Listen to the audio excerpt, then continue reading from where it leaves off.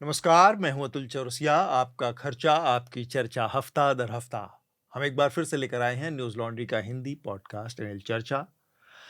इस हफ्ते की जो चर्चा है उसमें हमारे साथ दो खास मेहमान जुड़ने वाले हैं। एम के वेणु, आप जानते हैं, फाउंडिंग एडिटर हैं द वायर के। इससे पहले फाइनेंशियल एक्सप्रेस और ईटी से जुड़े रहे हैं। फिनांस के मामलों में जाने माने नाम रहे हैं। हमसे थोड़ी देर में जुड़ेंगे। इसके अलावा हमारे साथ जगदीश कृष्णा स्वामी जुड़ेंगे, जो कि डीन हैं school of environment and sustainability, Indian institute of human settlements के।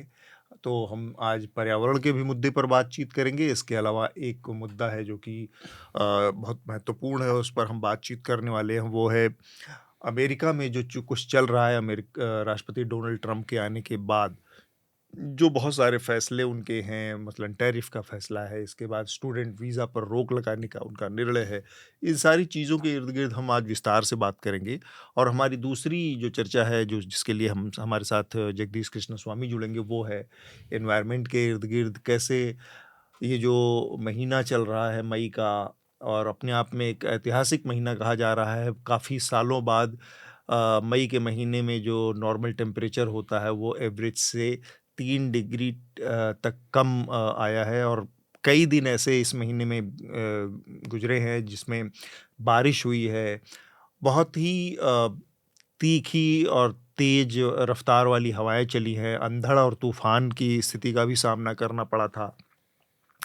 और केवल दिल्ली की ही स्थिति नहीं है, नॉर्थ इंडिया में कमोबेश तो ये चल ही रहा है। जब मई का महीना थोड़ा-सा बारिश और थोड़ा ठंड के उसमें है।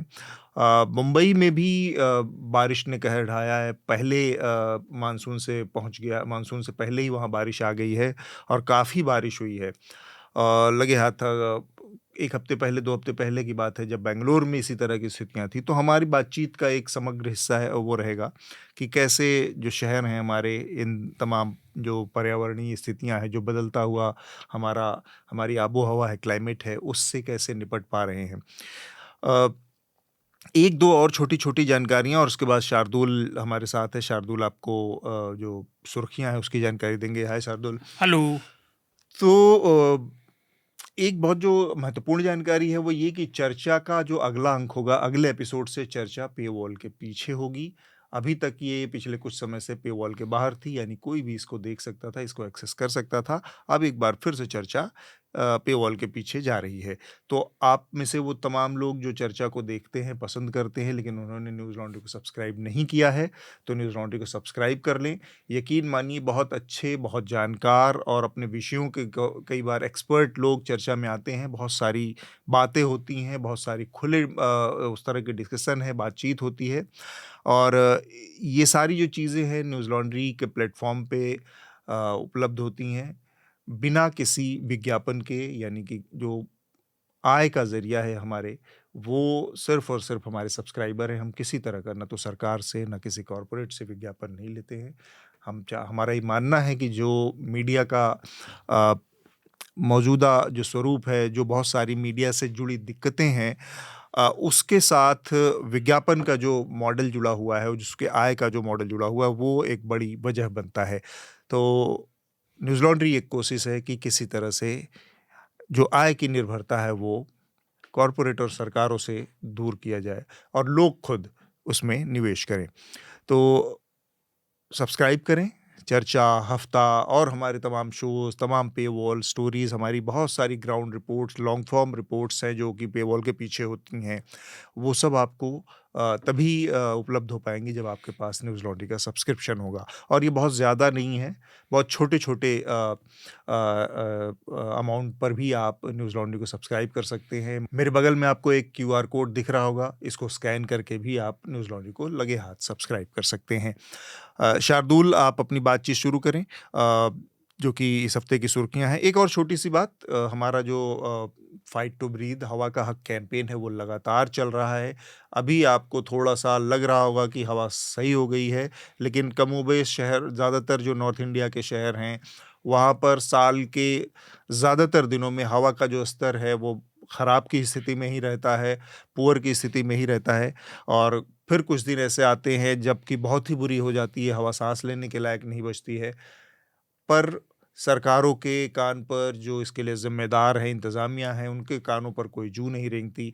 न्यूज़ लॉन्ड्री की कोशिश है कि हवा का हक यानी फाइट टू ब्रीथ कैंपेन के ज़रिए हम इस स्थिति को बदलें और उन लोगों की जवाबदेही को सुनिश्चित करें जो आपको ये बुनियादी हक, साँस लेने का हक देने के लिए सत्ता में बैठे हैं। शार्दुल, सुर्खियाँ? जी, तो जैसा अतुल ने ज़िक्र किया, इस हफ्ते अमेरिका से जुड़ी खबरें फिर से दुनिया भर में छाई रहीं। न्यूयॉर्क के सीआईटी यानी कोर्ट ऑफ इंटरनेशनल ट्रेड ने ट्रंप द्वारा लगाए गए टैरिफ को आपातकालीन ताकतों का अनुचित इस्तेमाल बताते हुए रोक लगा दी।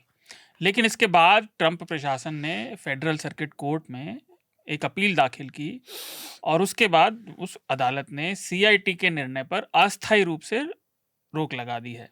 और उन्होंने कहा है कि ये रोक तब तक लगी रहेगी जब तक वो इन मोशन में दायर किए गए दस्तावेजों की खुद जांच नहीं कर लेते। यानी अमूमन ट्रंप द्वारा लगाए गए टैरिफ अभी भी लागू हैं। इस घटनाक्रम से पहले तो दुनिया भर के बाजारों में और अलग अलग जगहों पर थोड़ी राहत देखने को मिली थी, लेकिन फेडरल अदालत के निर्णय के बाद फिर से दुनिया भर में अर्थव्यवस्था और बाजार की स्थिति को लेकर अनिश्चितता और चिंता की स्थिति फिर बन गई है, क्योंकि समझ नहीं आ रहा कि किधर ऊंट किस करवट बैठेगा। ट्रंप प्रशासन से जुड़ी एक और खबर है। राष्ट्रपति डोनाल्ड ट्रंप ने हार्वर्ड विश्वविद्यालय पर विदेशी छात्रों के एडमिशन को 15% तक रोक लगाने की मांग रखी है। उनका कहना था कि हाईकोर्ट हार्वर्ड एक डिजास्टर है। साथ ही ट्रंप प्रशासन ने दुनिया भर में अमेरिकी दूतावासों को स्टूडेंट वीज़ा के लिए जो इंटरव्यू करते हैं उन्हें फिलहाल रोक देने का निर्देश दिया। और अब अमेरिकी दूतावास इस बात की तैयारी कर रहे हैं कि वो जो आवेदन करने वाले छात्र हैं उनके सोशल मीडिया की गहन जांच करेंगे, जांच पड़ताल करेंगे। ट्रंप प्रशासन में इलॉन मस्क ने ये घोषणा की है कि अब वो ट्रंप प्रशासन से इस्तीफा दे रहे हैं। वो प्रशासन में dose, department of governmental efficiency जो उन्होंने नाम रखा था, उसके प्रमुख थे। और इस्तीफा देने से एक दिन पहले मस्क ने ट्रंप द्वारा प्रस्तावित टैक्स बिल की आलोचना भी करी थी। और इसकी एक वजह यह भी बताई जा रही है कि टेस्ला को भारी नुकसान हुआ है उनके राजनीतिक एंगल की वजह से दुनिया भर में। भारत की खबरों पर आते हैं। दिल्ली की एक अदालत ने भारतीय कुश्ती संघ के पूर्व अध्यक्ष ब्रजभूषण शरण सिंह के खिलाफ एक नाबालिग महिला पहलवान के यौन उत्पीड़न के आरोप के मामले में दिल्ली पुलिस की एक रिपोर्ट को स्वीकार किया और इस रिपोर्ट में पर्याप्त सबूत न होने के कारण इसे बंद करने की सिफारिश की गई। इस मामले को पॉक्सो के तहत जो पॉस्को के जो मामला था नाबालिग के साथ, और अदालत ने इसे स्वीकार कर लिया है। और मैं श्रोताओं की जानकारी के लिए ये जरूर बता दूं कि ब्रजभूषण पर अभी भी 6 बालिग जो महिला पहलवान थी उनके यौन उत्पीड़न और धमकाने के मामले अभी भी चल रहे हैं। इस हफ्ते गृह मंत्रालय ने फॉरेन कॉन्ट्रीब्यूशन रेगुलेशन एक्ट यानी FCRA के नियमों में संशोधन किया और अब इन नियमों के अनुसार वे NGO जिन्हें बाहर के देशों से किसी भी तरह की आर्थिक मदद मिलती है, उन्हें किसी भी तरह की खबरें या खबरों से जुड़े कंटेंट को जारी करने का, प्रकाशित करने की सख्त मनाही है। और अगर वो ऐसा करना चाहते हैं तो उन्हें registrar of newspapers of India से पहले इसके लिए सर्टिफिकेट लेना होगा। मुझे पता है अतुल, आप इस पर जरूर कुछ कहना चाहेंगे। नहीं, मैं ये कहना चाहता था FCRA को लेकर बहुत ज़माने से सरकार जब से आई है, मोदी सरकार का रवैया थोड़ा सा उसको लेकर सशंका वाला रहा है, सशंकित रहा है और उन पे लगातार कार्रवाइयाँ करती रही। उसने अनगिनत NGOs के फंड रोके, ये सब रोके हैं। सरकार का ये जो कदम है कि अब उनका ये कहना है कि जो उनको विदेशी फंडिंग मिलती है वो किसी तरह के बिजनेस के खबरों के बिजनेस में नहीं आ सकते, वो कुछ न्यूज़ प्रकाशित नहीं कर सकते। न्यूज़ लेटर तक पे कह दिया कि आप न्यूज़ लेटर भी नहीं कुछ भी नहीं कर सकते। अब इसमें दिक्कत वाली बात ये है कि एक तरफ भारत सरकार ईज ऑफ डूइंग बिजनेस और दुनिया भर में जा रही है, भारत का शोकेस कर रही है कि भैया हमारे यहाँ पैसा लाओ, हमारे यहाँ इन्वेस्ट करो, निवेश करो, और उसमें मीडिया भी है। अगर मैं गलत नहीं हूं तो किसी भी भारतीय मीडिया में 26% तक विदेशी निवेश किया जा सकता है लिस्टेड कंपनियों में। अब आप इस तरह की हिपोक्रेसी में पड़े रहेंगे कि दुनिया के सामने जाएंगे और कहेंगे कि आप हमारे यहाँ निवेश कीजिए। एक बार आप शार्दुल चाहे तो चेक कर लेना, मैं अभी देखता हूँ कि कितना हमारे यहाँ फॉरेन इन्वेस्टमेंट की लिमिट है मीडिया में। और तो 26% से ये शुरू हुई थी एक टाइम पे। आप नहीं, मेरे ख्याल से उससे ज़्यादा थी, बाद में उसको लिमिट किया गया था 26 करेक्शन करके। तो आप एक तरफ तो कह रहे हैं कि आप निवेश कीजिए आपके मीडिया में विदेशी पैसा, वो उस पैसे से आपको वो नहीं टेंशन है।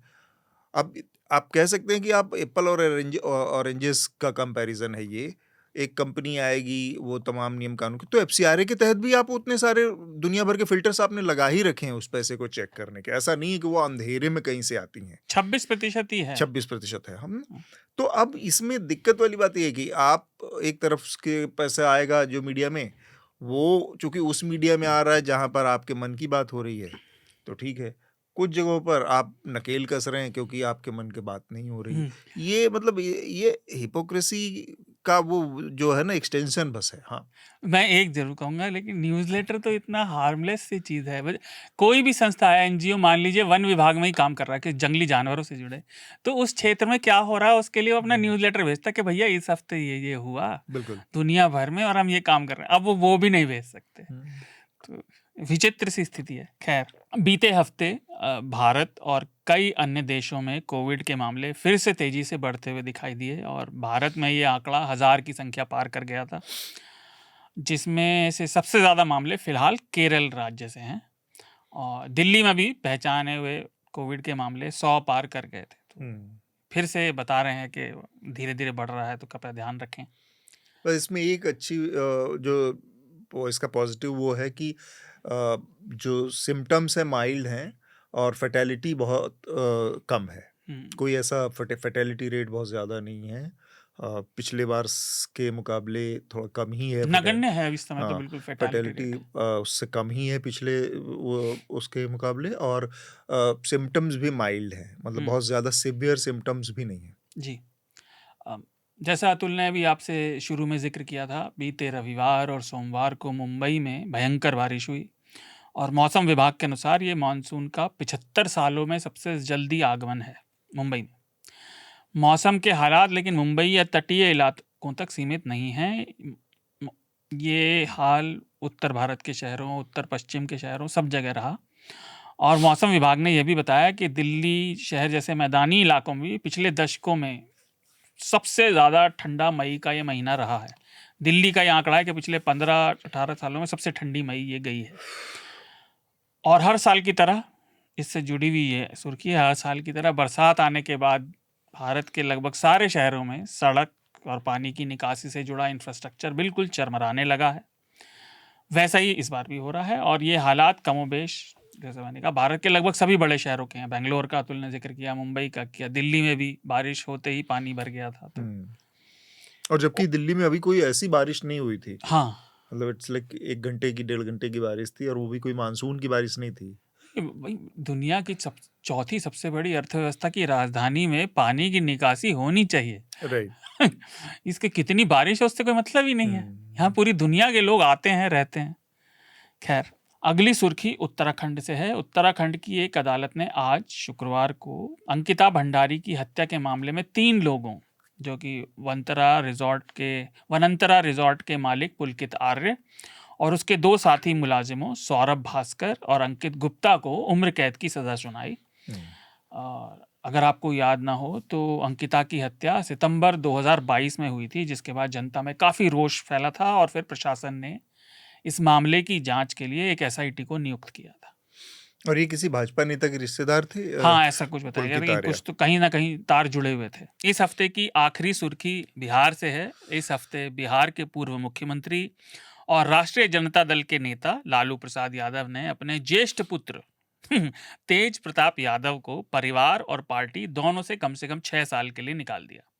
इसकी वजह उन्होंने तेज प्रताप के व्यक्तिगत जीवन में, और मैं कोट कर रहा हूं उनकी ट्वीट से, तेज प्रताप के व्यक्तिगत जीवन में नैतिक मूल्यों और परंपरागत आचरण की कमी बताया, जिसकी वजह से सामाजिक न्याय में उनकी सामूहिक लड़ाई कमजोर हो रही थी। तो तेज प्रताप का पत्ता साफ हो चुका है। ठीक बात है। खैर, वो मुझे लग रहा है कि इसके फैसले के पीछे शायद मतलब ऑप्टिक्स ज़्यादा है, क्योंकि वो पॉलिटिकली उनको थोड़ा डैमेज कर सकता था जिस तरह से। और तेज प्रताप का लगातार जो थोड़ा इरिटेटिंग बिहेवियर रहता है पब्लिक स्पेस में खासकर, जिससे कि जो कि आमतौर पर जो हमारे यहाँ का पब्लिक डिस्कोर्स पॉलिटिशियंस का है उसके थोड़ा खिलाफ होता है अक्सर। वो नाच गाना, ड्रेस अजीब तरह के वेशभूषा में, और इस बार उन्होंने ये किया था कि अपनी जो उनकी पार्टनर थी उनके साथ फ़ोटो डालकर उन्होंने कुछ अनाउंसमेंट किया था कि वो उनके साथ हैं और शादी करना चाहते हैं, ऐसा कुछ। उसके बाद ये फैसला आया है। देखिए, तो ये सब तो बहाने हैं। हाँ, राजनीति की लड़ाई वर्चस्व की लड़ाई होती है। हुँ, वर्चस्व तो एक ही का होता है। राइट। तो तो हमारे साथ तेजस्वी का एम है। के वेणु जुड़ चुके हैं। मैंने आपसे शुरुआत में ही इस पॉडकास्ट के उनका परिचय करा दिया था। एम के हमारे साथ हैं और जो बातचीत हमारी होनी है एम के साथ, वो है किस तरह से अमेरिका में डोनाल्ड ट्रंप के आगमन के बाद पूरी दुनिया में एक किस्म की उथल-पुथल मची है। खुद अमेरिका में भी बड़ी उथल-पुथल मची है। हालिया जो उनके फैसले, उनके जो फैसलों के ऊपर जो डेवलपमेंट्स हैं, वो ये हैं कि एक तरफ उन्होंने स्टूडेंट जो वीज़ा है उसको उसको पॉज़ कर दिया है, रोक दिया है पूरी दुनिया से जो नए स्टूडेंट के वीज़ा इंटरव्यूज़ को। तो अब दुनिया भर की किसी भी अमेरिकन एम्बेसी में वीज़ा इंटरव्यूज़ स्टूडेंट्स के नहीं हो रहे हैं। अब कब तक रुका रहेगा, ये इसके बारे में ज़्यादा जानकारी अभी तक नहीं है। और दूसरी चीज़ जो उनका टैरिफ, रेसिप्रोकल टैरिफ का उनका जो कॉल था और उनकी योजना थी, उस पर अमेरिका की international court of international trade ने ये कहकर रोक लगा दी कि कांग्रेस ने प्रेसिडेंट को इतनी शक्तियां नहीं दी हैं। ट्रंप ने टैरिफ को लागू करने, नया टैरिफ प्लान लागू करने के लिए जिन शक्तियों का, जिन ताकत का इस्तेमाल किया है, वो उसके लिए ऑथराइज नहीं है, उनके पास वो शक्तियां नहीं हैं। ये डेवलपमेंट था और उसके बाद एक और फैसला हुआ है जिसमें कि कोर्ट ऑफ अपील ने उसको इंटरनेशनल ट्रेड कोर्ट के फैसले पर कुछ समय के लिए स्टे लगा दिया है कि वो उसके फैसले को देखेगी। अ, इसके अलावा तीसरा एक इसका पहलू है जो कि डोनाल्ड ट्रंप के बहुत करीबी बनकर पिछले चुनाव के बाद से उभरे थे, वो थे वहाँ के बहुत बड़े जो बिजनेसमैन, व्यापारी थे, इलॉन मस्क, टेस्ला के मालिक थे। उन्होंने अब इस्तीफ़ा दे दिया है डीओजी से, जो कि अमेरिकन सरकार की तरफ से और प्रेसिडेंट ट्रंप की तरफ से इसीलिए बनाया गया था ताकि जो वहाँ का सरकारी ढाँचा है उसको कम किया जा सके, उसके ऊपर बोझ कम किया जा सके। तो अब इलॉन मस्क उससे अलग हो चुके हैं, उन्होंने अपना इस्तीफ़ा दे दिया है। कहा जा रहा है इसके पीछे जो फैसले के पीछे वजह है वो इलॉन मस्क की अपनी व्यक्तिगत एक किस्म की नाराज़गी है, क्योंकि उनके ट्रंप के जो तमाम फैसले थे जिसमें टैरिफ के का जो फैसला था, लागू करने का फैसला था, उससे टेस्ला को बहुत नुकसान हुआ है, उसके व्यापार में घाटा हुआ है और उसकी जो भविष्य की योजनाएँ थी, ख़ासकर एक्सपेंशन की जो योजनाएँ थी, उस पर भी एक तरह का उल्टा असर पड़ा है। एमके से हम थोड़ा ज़्यादा जानकारी लेंगे इस पूरे मामले में एक-एक करके। सबसे पहले जो टैरिफ के ऊपर जो कोर्ट में चल रहा है उसके बारे में हमें थोड़ा-सा अगर आप बताएँ और इसके क्या नतीजे भारत और बाकी देशों के नज़रिए से हो सकते हैं? ये है कि अमेरिकी जो जो अमेरिका के कोर्ट ने ये कहा है कि ट्रंप ने जो इमरजेंसी पावर्स का इस्तेमाल किया है, उनके यहाँ एक इमरजेंसी पावर, एक प्रेसिडेंशियल एक एक्ट है जो 1971 का एक्ट है, जिसके तहत ट्रंप साहब ने इतने बहुत ही एक अक्रॉस द बोर्ड जिसे कहते हैं ब्लैंकेट पूरे दुनिया पे टैरिफ लगाया है। तो कोर्ट ने ये कहा है कि वो जो इमरजेंसी पावर है उसके उसके तहत ट्रंप टैरिफ लगा सकते हैं, मगर ये इस तरह का जो दुनिया भर में जो टैरिफ लगाया है वो अनब्राइडल्ड जो पावर है वो नहीं है। राइट। तो उन्होंने उस पावर को थोड़ा कोर्ट ने थोड़ा सा डिफाइन करा कि भाई कि आप ठीक है, कुछ उसी पावर के तहत आप कुछ एरियाज में टैरिफ लगा लें जो आप कहें कि भाई जैसे स्टील, उसमें उन्होंने और स्टील और जो एल्यूमिनियम और ऑटो जो टैरिफ जो 25% लगाया था उसको रद्द नहीं किया। उन्होंने कहा कि ठीक है, आप ये चाहते हो कि आप अपने ऑटो इंडस्ट्री को आप बढ़ावा देना चाहते हो जो भी है, तो आप उस पर एक टैरिफ लगा सकते हो, मगर ये नहीं कर सकते कि पूरे दुनिया पे आपने एक ही मतलब वन फेल swoop जिसे बोलते हैं हुँ। अंग्रेजी में कि आपने पूरे दुनिया पे टैरिफ लगा दिया। तो तो ये अब अब देखना पड़ेगा कि अब ट्रंप एडमिनिस्ट्रेशन का क्या इसमें इसका रवैया रहता, रिस्पॉन्स। कह तो रहे कि वो सुप्रीम कोर्ट जाएंगे, हुँ। और इस बीच में उन्होंने शायद हाई कोर्ट को ये भी कहा है कि आप हाई कोर्ट ने कहा है कि भाई इसका इम्प्लीमेंटेशन कुछ टाइम लिमिट दिया, आप 10-12-15 दिन में, आप 2 हफ्ते में बताइएगा कि आप ये जो आपने जो टैरिफ जितने लगाए वो उसको उस पे रोक लगाने की लिए टाइम दिया जो नीचे वाले कोर्ट ने, तो इन्होंने एक एफिडेविट एक डाला है कि ये कहते हुए कि आप इस तरह हम रोक नहीं लगा सकते जो हमारी जो अभी प्रक्रिया है जो टैरिफ लगाने की, क्योंकि हम कई देशों के साथ हम नेगोशिएट कर रहे हैं अमेरिका के हित में जो एक फ्री ट्रेड जो बायलैटरल ट्रेड एग्रीमेंट, तो उसमें उन्होंने हिंदुस्तान का और पाकिस्तान का हवाला दिया है, और साथ में ये भी बोल दिया है जो हिंदुस्तान के लिए एक बहुत चिंताजनक बात है, उन्होंने एफिडेविट में लिखित में बोल दिया है कि हमने अभी हाल ही में इंडिया और पाकिस्तान के बीच में जो मुठभेड़ हुआ, जो मिलिट्री एक्सचेंज हुई है, उसमें हमने इंटरवीन करके सीज फायर करवाया, और सीज फायर कराते हुए हमने ये कहा कि हमने दोनों देशों से कहा कि हम आप पे ट्रेड सैंक्शन लगाएंगे अगर आप सीज फायर नहीं करें, और अगर आप सीज फायर करें तो आप दोनों देशों के साथ हम एक अच्छा ट्रेड एग्रीमेंट करेंगे जिससे सबका फायदा होगा। तो ट्रम्प साहब ने अब वो यूएस कोर्ट को ये हवाला दिया कि अब इसमें नेशनल सिक्योरिटी, फॉरेन पॉलिसी और दुनिया के देशों के साथ जो आदान प्रदान जो एग्रीमेंट हम साइन हो रही है उस पे इसका असर होगा।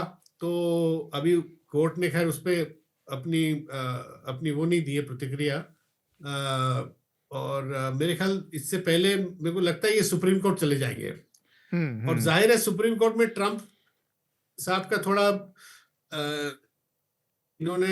इनका सपोर्ट सुप्रीम कोर्ट में ज्यादा होगी। वहां का सिस्टम जो है वो ये है कि भाई जो जजेस जो अपॉइंट होते हैं वो काफी जो प्रेसिडेंट जो जिनको अपॉइंट करता है वो उनका सपोर्ट उस प्रेसिडेंट को मिलता है, और वो अज्यूम करते हैं अगर बहुत ही कोई लॉ पॉइंट के खिलाफ ना जा रहा हो, राइट, तो ये कहा जाता है कि ट्रम्प जो ज्यादातर जो सुप्रीम कोर्ट में जो जजेस हैं वो ट्रम्प की तरफ उनका झुकाव है।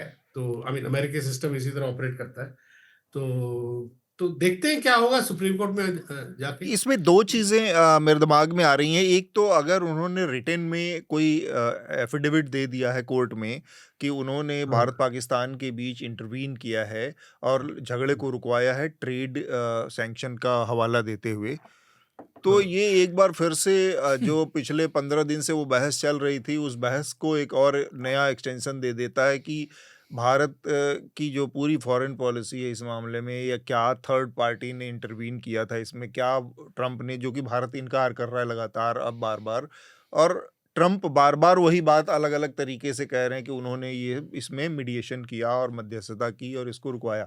तो एक तो भारत की फॉरेन पॉलिसी के लिहाज से एक नया चैलेंज है उसमें, और दूसरा मुझे थोड़ा सा ये समझना है कि अगर ये टैरिफ, जो कि वॉल स्ट्रीट जर्नल की जो रिपोर्ट है जिसके मुताबिक कि उसमें डिपार्टमेंट ऑफ स्टेट्स की जो स्पोक्स पर्सन है उनका बयान उसमें कोट किया गया है कि उन्होंने प्लान बी पर काम करना, कोर्ट के फैसले के बाद, खासकर इस फैसले के ऑर्डर के बाद प्लान बी पर काम करना शुरू कर दिया था, और इसके तहत अमेरिकी राष्ट्रपति को जो शक्तियां हैं, जो पावर्स हैं, उसके तहत वो एक यूनिफॉर्म 15% का 15% का एक सबके ऊपर एक तरफ से टैरिफ लगाने का काम करेंगे, जो कि शॉर्ट टर्म होगा, 150 दिन के लिए अप्लाई होगा, और फिर उसके बाद इस बीच में लीगल जो है। तो इस नजरिए से क्या ये एक ऐसी स्थिति बन रही है जिसमें ट्रम्प अल्टीमेटली टो डाउन करेंगे लॉ के सामने या कानून के सामने, और फिर कोई बीच का रास्ता निकलेगा, या ये हाई टैरिफ का जो चल रहा है एक तो वो, और दूसरा जो फॉरेन पॉलिसी के लिहाज से इंडिया के सामने जो स्थिति खराब हो गई मीडिएशन वाली, वो, इन दोनों पर एक एक कॉमेंट एमके आपका, फिर शार्दुल का। देखिए, इंडिया,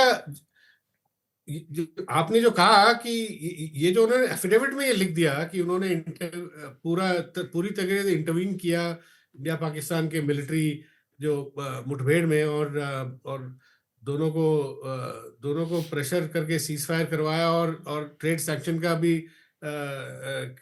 ट्रेड सैंक्शन की भी धमकी दी। राइट, ये सारी चीजें इंडिया के लिए चैलेंज नहीं तो बहुत बड़ा एम्बैरेसमेंट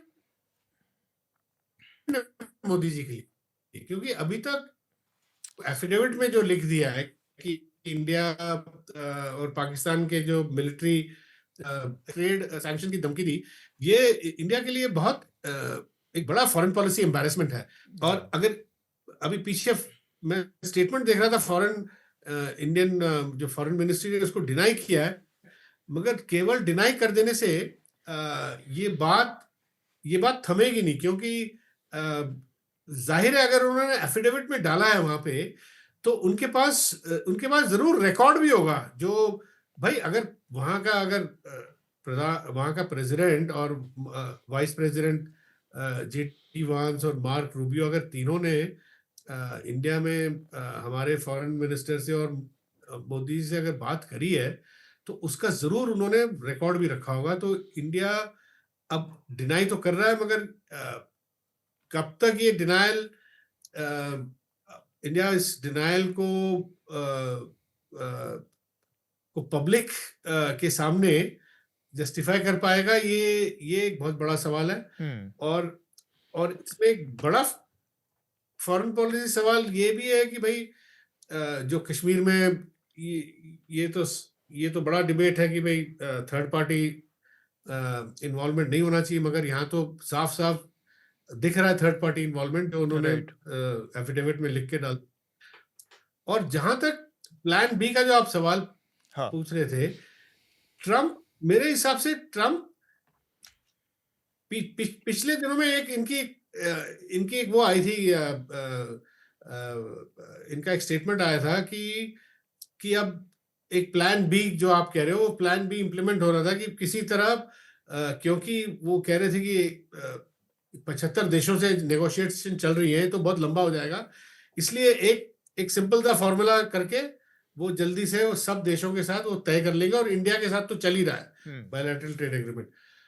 तो वो जो एक सिंपल फॉर्मूला है, शायद उसकी बात कर रहे थे कि सब पे 15% जो भी है एक टैक्स लगा के, उस पे मेरे ख्याल ट्रम्प सरकार पीछे नहीं हटेगी, क्योंकि वो उनका तो एक मेन प्लान है उनका आने के बाद।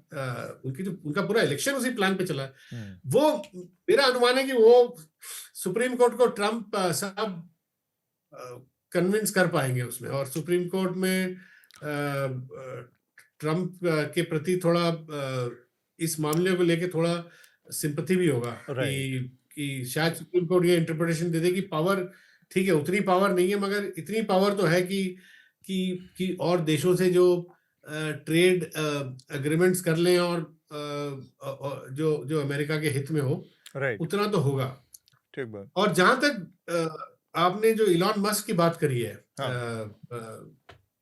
जो उन्होंने जो अभी छोड़ा है, देखिए इलॉन मस्क, मेरा ये मानना है कि इलॉन मस्क शुरू से ही उन्होंने ट्रम्प के इलेक्शन में पूरा उन्होंने उसकी फंडिंग करी, उनको सपोर्ट करा।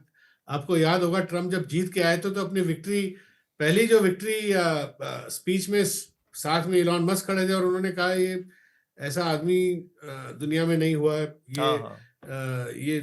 ये सबसे ये जो करते हैं वो कोई नहीं कर सकता, वगैरह वगैरह। मगर उसके बाद जिस तरह जो टैरिफ लगाई गई खासकर चाइना में, उससे इलॉन मस्क नाराज हुए। इलॉन मस्क के फैमिली ने बड़ा तब ट्वीट भी किया कि ये जो हो रहा है ये ठीक नहीं हो रहा और इससे नुकसान होगा। और ये बात सही है भाई, इलॉन मस्क का सारा जो मैन्युफैक्चरिंग बेस ज्यादातर चाइना में है, वहां से पार्ट्स आती हैं। तो आप सोचिए अगर चाइना की पार्ट्स आती और उस वक्त का जो टैरिफ था 145%, तो वो तो इलॉन मस्क का तो वही बिजनेस ही खत्म हो जाता है। खैर वो तो ट्रम्प ने हटाया है चाइना से, वो तो हटाना था ही, क्योंकि वो चाइना से इतना आयात होता है वहां पे, और कि वो चाइना पे वो उतनी टैरिफ रख किसी भी तरह उतना टैरिफ चाइना पे नहीं लगा सकते थे, क्योंकि यूएस के जो सोसाइटी जो है, वहां के जो कंज्यूमर है, वो ज्यादातर चीजें चाइना से लेके कंज्यूम करता है, और वो जाता अमेजोन और वॉलमार्ट के थ्रू है। तो अमेजोन और वॉलमार्ट ने भी 2-3-4 हफ्ते पहले ये कह दिया, उन्होंने डिक्लेयर कर दिया कि अब सामान बड़े महंगे होंगे, एक तो कम होंगे क्योंकि चाइना से शिपमेंट नहीं आ रहा, और जो होंगे वो बहुत महंगे हो जाएंगे, और इसका कारण टैरिफ है। तो हाँ फिर ट्रम्प साहब ने वॉलमार्ट और अमेजोन को दोनों को हड़काया, कहा कि आप इस तरह की पॉलिटिकल स्टेटमेंट क्यों दे रहे हैं। तो उन्होंने कहा कि हम जो सच्चाई है वो बता रहे हैं भाई, जो माल जो $10 का मिलता था वो अब $20, $25, $30 का होगा।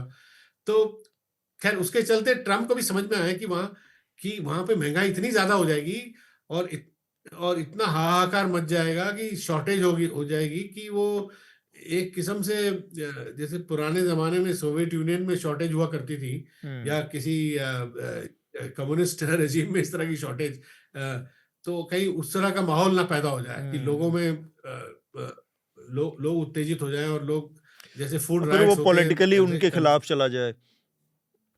पॉलिटिकली लोगों तो के खिलाफ जा रहा था, इसलिए उन्होंने 2 हफ्ते पहले फटाफट चाइना को बुलाया और ट्रेड डील उन्होंने कर कहा लिया। चलो डील कर।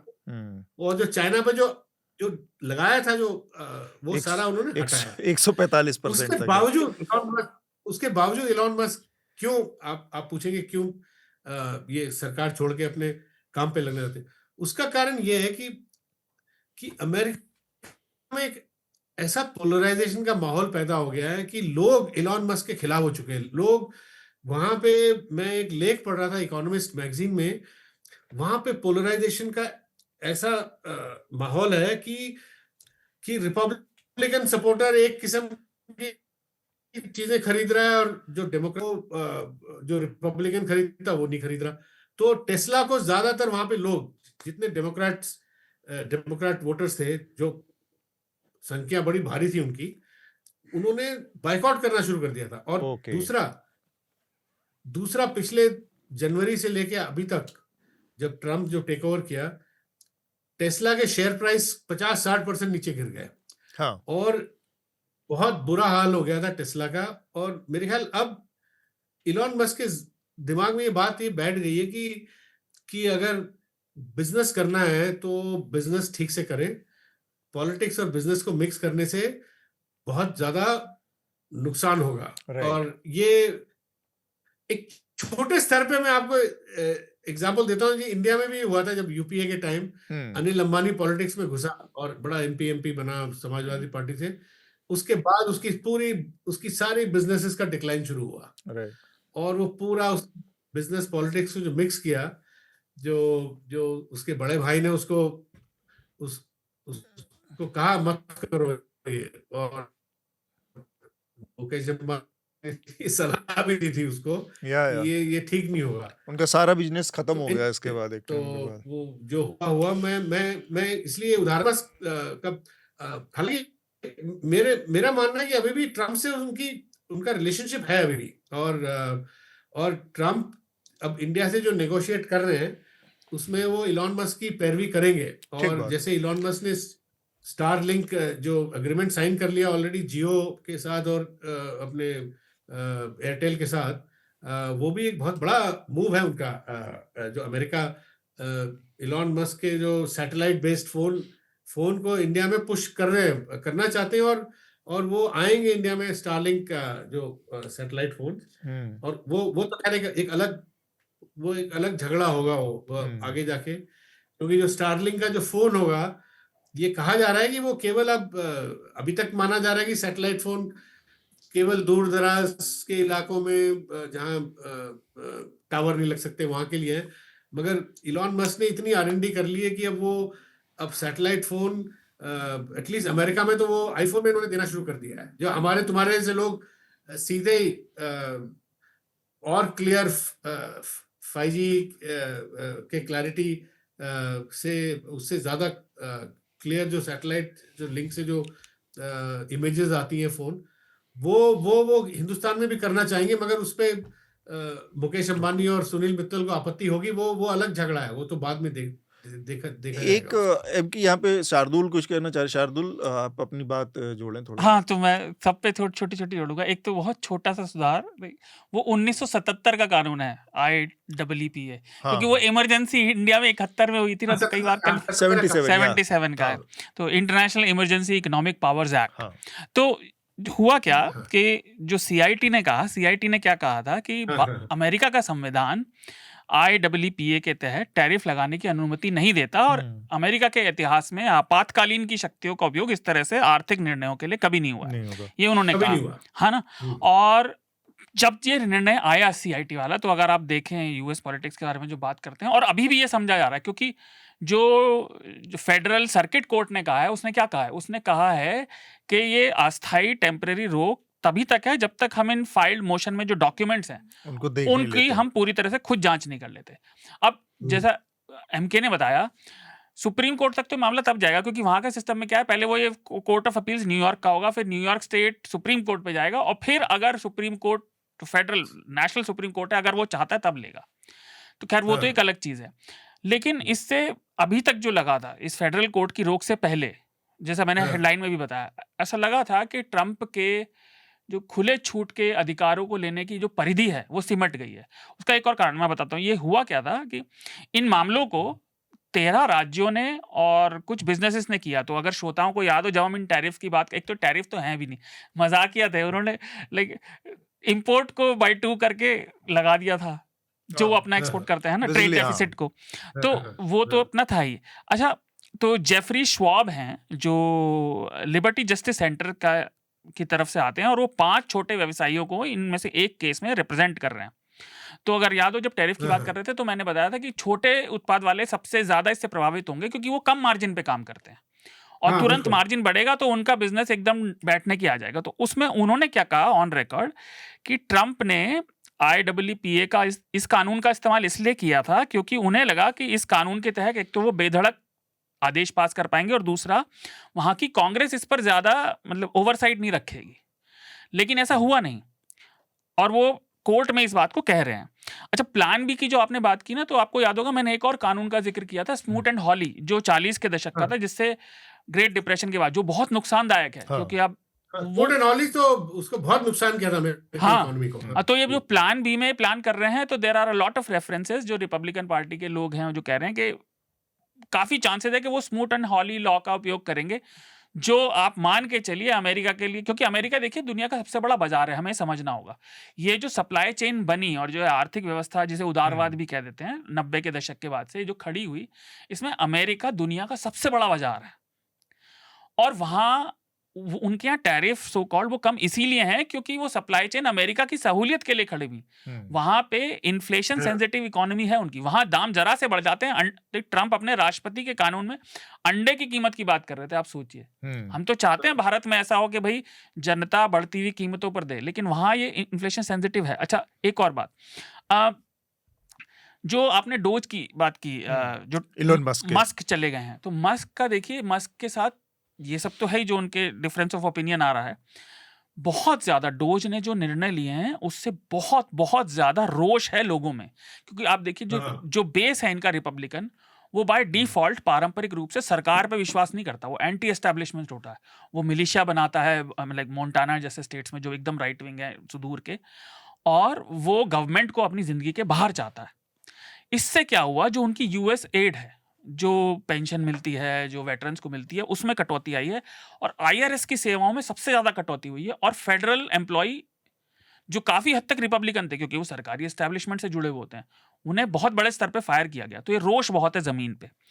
दूसरा, इलॉन मस्क के खिलाफ कुछ सरकारी मामले, हेल्थ पे कटौती, हाँ, वो या यूएस हेल्थ एड में वो हेल्थ वाला पोर्शन भी आता है, जो मेडिकल एड मिलती है। तो और एक ट्रंप के ऊपर बहुत सारे सरकारी मामले भी चल रहे हैं जांच के, क्योंकि ट्रंप की ये जो कंपनी, इलॉन मस्क की जो ये कंपनी खड़ी हुई, वो सरकारी एड से खड़ी हुई है। टेस्ला को बहुत ज्यादा डिफेंस कॉन्ट्रैक्ट्स भी हैं, तो कॉन्फ्लिक्ट ऑफ इंटरेस्ट बहुत ज्यादा इसलिए भी हुए हैं।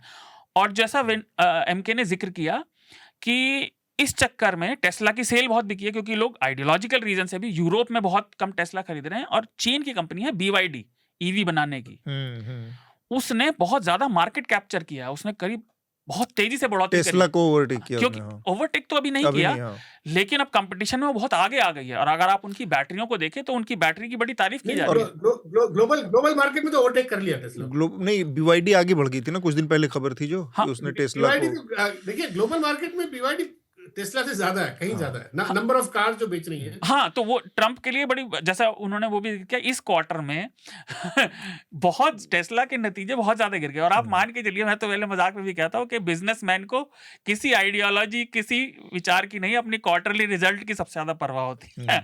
अगर वो गया तो सब गया, शेयर होल्डर, उसके बोर्ड ऑफ डायरेक्टर उसे हटा और देंगे। शाहरुख खान ने अपनी एक फिल्म है रईस में कहा है ना वो, कि धंधे का कोई धर्म नहीं होता और धर्म कोई हाँ, असूल नहीं होता। और एक चीज और, आखिर में जो सैट फोन की बात इन्होंने करी, तो इंडिया में उसमें एक और दिक्कत आएगी। अब ये पहलगाम के बाद भारत सरकार ने वो आईटी एक्ट में संशोधन किया कि अब जो सैट फोन होते हैं इंटरनेशनल, उनके भी डेटा को जांच एजेंसियों को एक्सेस चाहिए। और इलॉन मस्क इसके पारंपरिक विरोधी रहे हैं। तो जो स्टारलिंक वो लाना चाह रहे हैं वो अब लटक गया है, क्योंकि उन्हें भारत की सरकार को एक्सेस देना होगा और वो देना चाहते नहीं, क्योंकि उनके स्टारलिंक के कॉन्ट्रैक्ट यूएस मिलिट्री के भी हैं।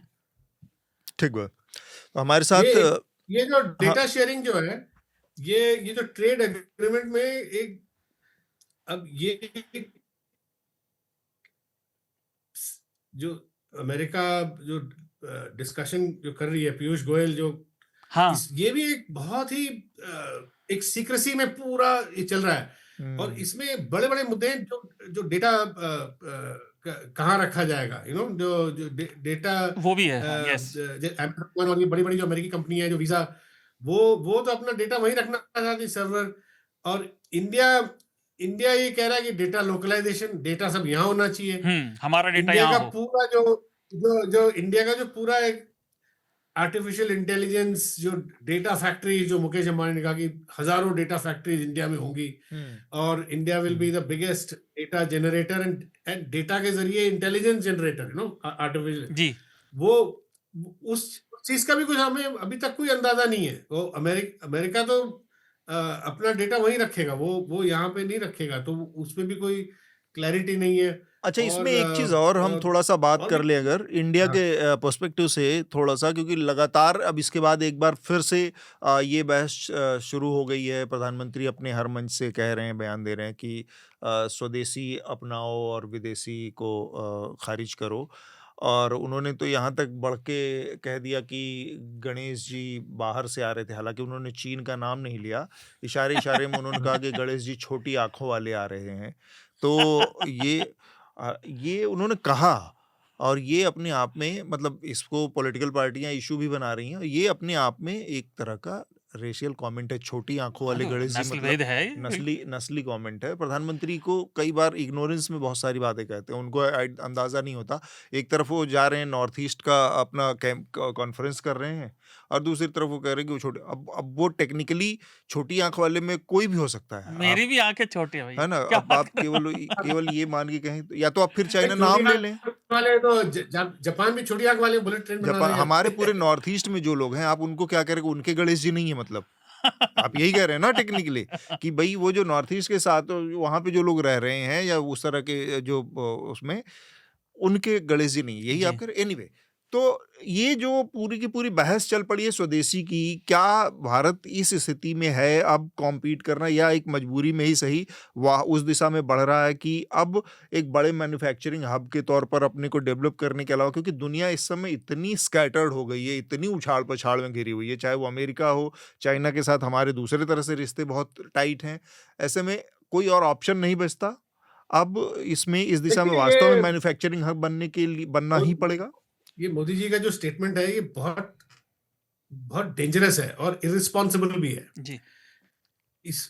मैं आपको बताता हूँ, ये ऐसे टाइम पे आ रहा है जब आपको देखा होगा 6 महीने पहले, ठीक है, ये ऑपरेशन सिंदूर से पहले तो चाइना से रिलेशन इंप्रूव हो रही थी, बिल्कुल, और ये कहा जा रहा था कि ड्रैगन और एलिफेंट में दोनों साथ नाचेंगे, डांस करेंगे, और कई चीजों में चाइना से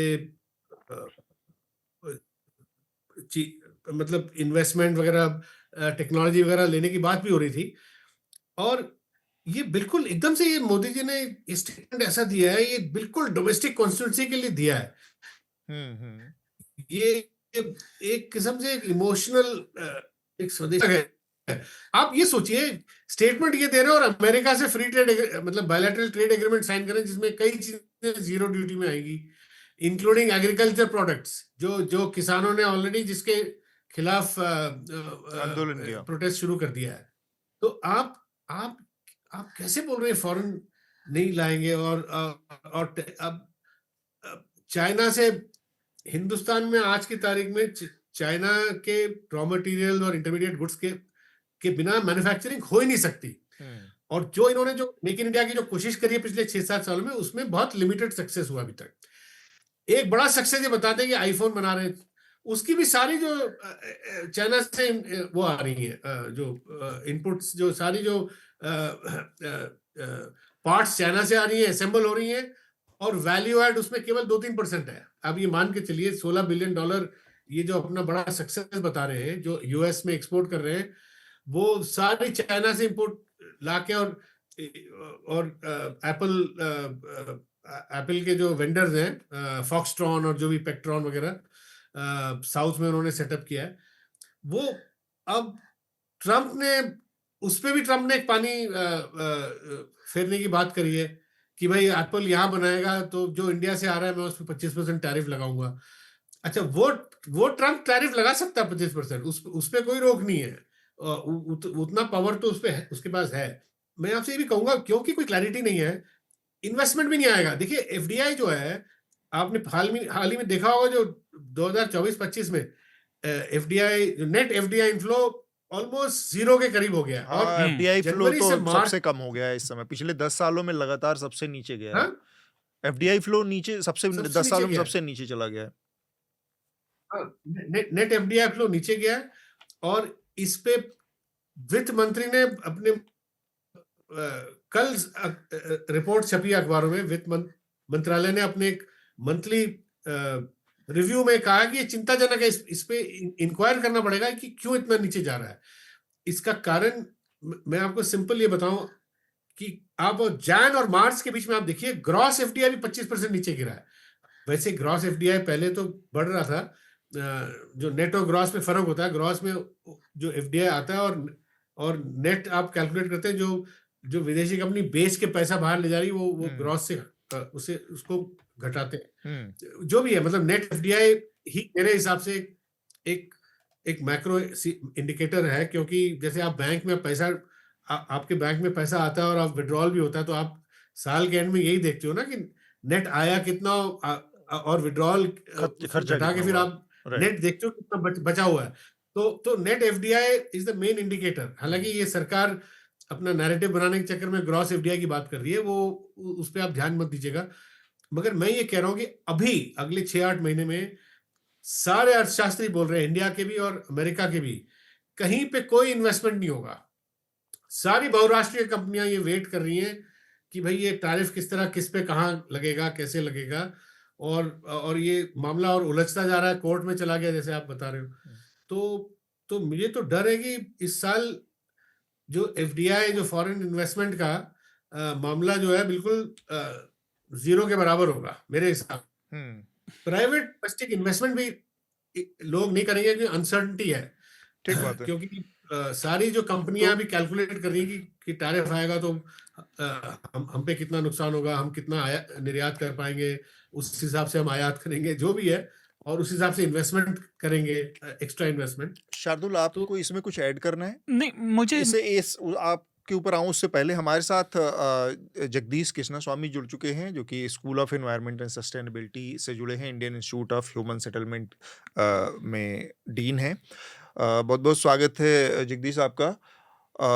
शार्दुल, आप अपनी बात रखें, इसके बाद हम फिर अगला जो हमारा विषय है जिस पर जगदीश हमसे जुड़े हैं उस विषय पर बातचीत हम शुरू करेंगे। जी, मैं वेणु से एक सवाल पूछना चाह रहा था, क्योंकि वो मेरे दिमाग में काफ़ी दिन से चल रहा है, और एमके वेणु वो अर्थशास्त्र से जुड़े मामलों पे नज़र रखते हैं। एमके, अगर आप देखें, भारत सरकार के मंत्री और प्रतिनिधि बहुत लंबे समय से कह रहे हैं कि हम भारत में सेमीकंडक्टर बनाएंगे और हम ये सब ज़्यादा लाएंगे, लेकिन अगर आप देखें इन टैरिफ के बाद, और जो भारत की इक्वेशन है चीन से, तो चीन ने इन टैरिफ्स के बाद जो सेमीकंडक्टर मैन्युफैक्चरिंग में और सेंसिटिव मटेरियल में, खासतौर से 7-8 जो मेटल हैं रेयर अर्थ, चाहे वो जैसे फॉर एग्जांपल लाइक समैरियम है और ईट्रियम है, टर्बियम है, तो इन पर काफ़ी सख्ती कर दी है, अमेरिका को भी नहीं दे रहे। और सेमीकंडक्टर के मामले में टीएसएमसी जो ताइवान का है, सेमीकंडक्टर मैन्युफैक्चरिंग कॉर्पोरेशन, उसका प्रभुत्व है सबसे ज्यादा, और जो बचा हुआ है वो अमेरिका भी चाह रहा है।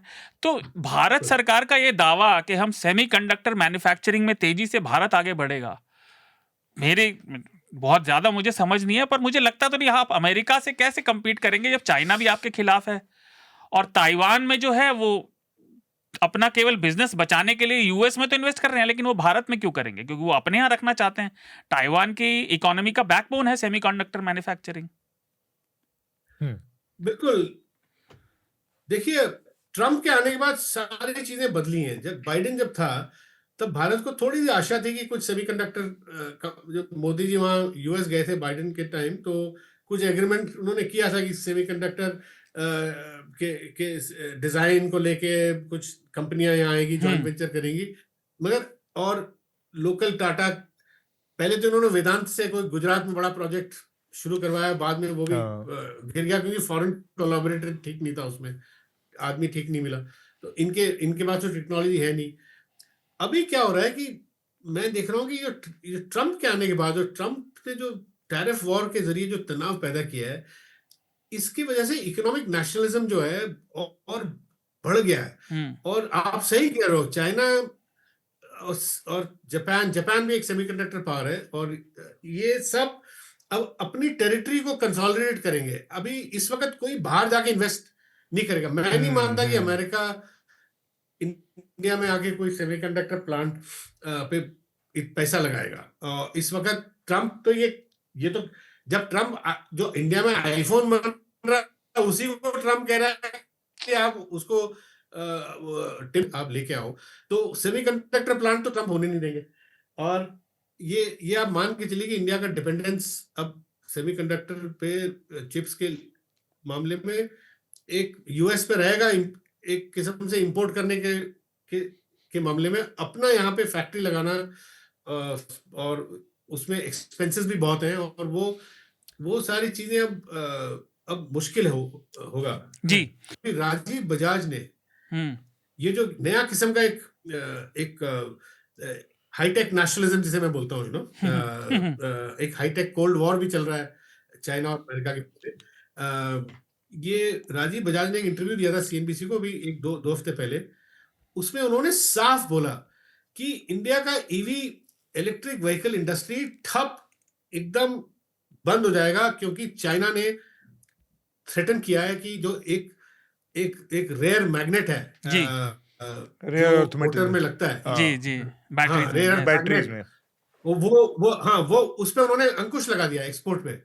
ना केवल इंडिया में, सब जगह अंकुश लगा दिया। वो कहेंगे हम नहीं करेंगे।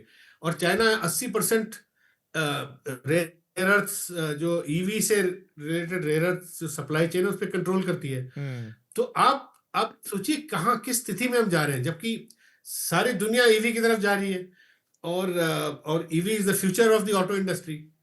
और मैं कभी कभी चिंता करता हूँ कि इंडिया में अगर एक इंडस्ट्री, इंडिया ने पूरी इकोसिस्टम जो डोमेस्टिक इन्वेस्टमेंट के जरिए एक पूरा इकोसिस्टम बनाया, वो ऑटो का बनाया पिछले 30 साल में। इतना उन्होंने ऑटो पार्ट्स को भी इंडिया में इतनी बनती है, मारुति आप ले लीजिए, कई कंपनियां हैं जी, और बजाज इस हद तक किया कि अब एक्सपोर्ट भी, Indian cars and motorcycles are exported to Latin America, Africa, सब जगह जाती हैं, एशिया में भी। तो अब ईवी अगला जो पड़ाव है वो इलेक्ट्रिक व्हीकल है। और इलेक्ट्रिक, ये ऑटो सेक्टर में बहुत चिंता है। जो राजीव बजाज, जो बजाज ऑटो के जो मालिक है, उन्होंने चिंता व्यक्त की है कि अगर चाइना से अगर नहीं आया तो क्या होगा। तो इस पे तो ये प्रायोरिटी होना चाहिए सरकार को, चाइना से होना चाहिए कि भाई ये कैसे, मतलब इसको सुलझाया जाए। इसके बजाय कि ये बोले कि भाई स्मॉल आए, ये गणेशा, कहाँ ये गणेश वनेशा में पड़े हुए हैं, जो इम्पोर्टेंट चीजें और भी है।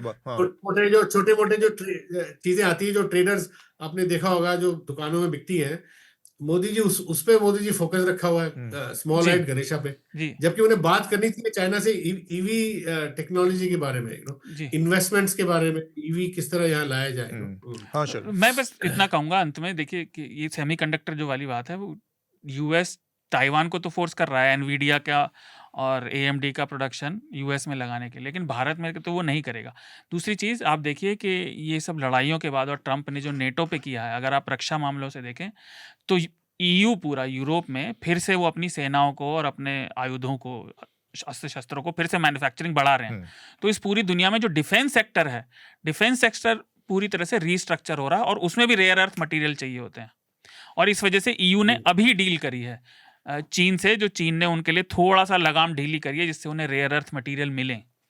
तो बिल्कुल ये चीज़ें हमें बहुत ध्यान रखना पड़ेगा, क्योंकि आप ज़रूरत से ज़्यादा स्टेटमेंट देंगे और अब दूरगामी, जैसा कि मैं जब से भारत पाकिस्तान का हुआ है, मैं तो ये कहता जा रहा हूँ, हमें दूर की सोचनी पड़ेगी, क्योंकि तो ये लॉन्ग टर्म प्रोजेक्ट्स हैं, इनका सरकारें आती जाती रहेंगी, लेकिन भारत का हित बना रहना राइट। चाहिए। और हमारे प्रोड्यूसर आशीष ने हमें बताया कि MK हमारे साथ सिर्फ अमेरिका इसी इशू पर बातचीत करने के लिए जुड़े थे, लेकिन उनको मैं छोड़ूं इससे पहले हाँ मुझे भी निकलना है कहीं, बस एक रिकमेंडेशन मैं आपसे लेना चाहूंगा, लेकिन हाँ।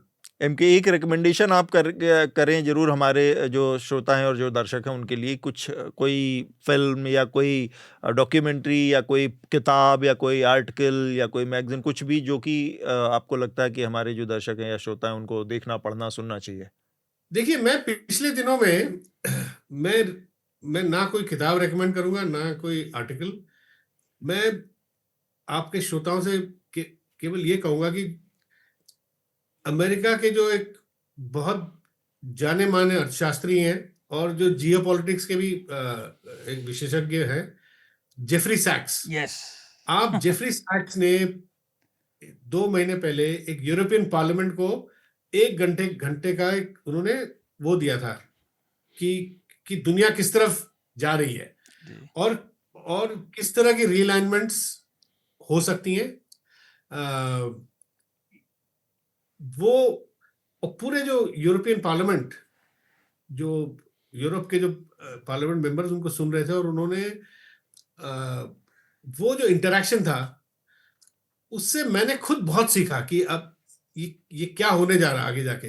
उसमें उन्होंने Israel, Ukraine, Russia, America, China, economic issues, geopolitical issues, climate change issues. Climate change के वो विशेषज्ञ भी हैं जेफरी सैक। वो अगर मैं रिकमेंड करूंगा वो देखें लोग, और उसको अच्छी तरह 1 नहीं 2 बार उसको सुने, और उसमें आप काफी कुछ चीजें सीखने को मिलेगी। हमसे जुड़ने के लिए बहुत बहुत शुक्रिया MK, आपने समय निकाला। Bye bye. Bye bye. तो हम आगे बढ़ें अपने अगले विषय की तरफ, उससे पहले हमारे कई सब्सक्राइबर्स के लेटर हैं और वो लेटर हम पढ़ना चाहेंगे। पहले सौरभ का एक लेटर है, शार्दुल आप पढ़ें। आप लेटर ज़रूर हमें लिखें, मैं बार बार कहता हूँ, आपके लेटर से बहुत हमारा हौसला बढ़ता है और इस कार्यक्रम को भी बेहतर बनाने में मदद मिलती है। और तरीका बहुत आसान है, podcasts@newslaundry.com। यहाँ पर जाकर आप हमें सीधे सीधे अपने लेटर्स लिखें, सब्जेक्ट लाइन में चर्चा का जिक्र जरूर करें। हाँ शार्दुल। तो पहला पत्र सौरभ का है। सौरभ लिखते हैं, hello NL team, during last podcast there was a communication mishap with lieutenant general और discussion could have been handled better because couple of questions asked by Smita afterwards would have been relevant for him. Despite this, I generally don't like being apolitical approach by ex-defense personnel. Quote में लिखते हैं, few people in my in-laws are high-ranking defense personnel. I don't see any objection from them when PM asks to vote in the name of martyrs and will ask for vote in the name of this operation. Being apolitical is a privilege when you know that whatever the government,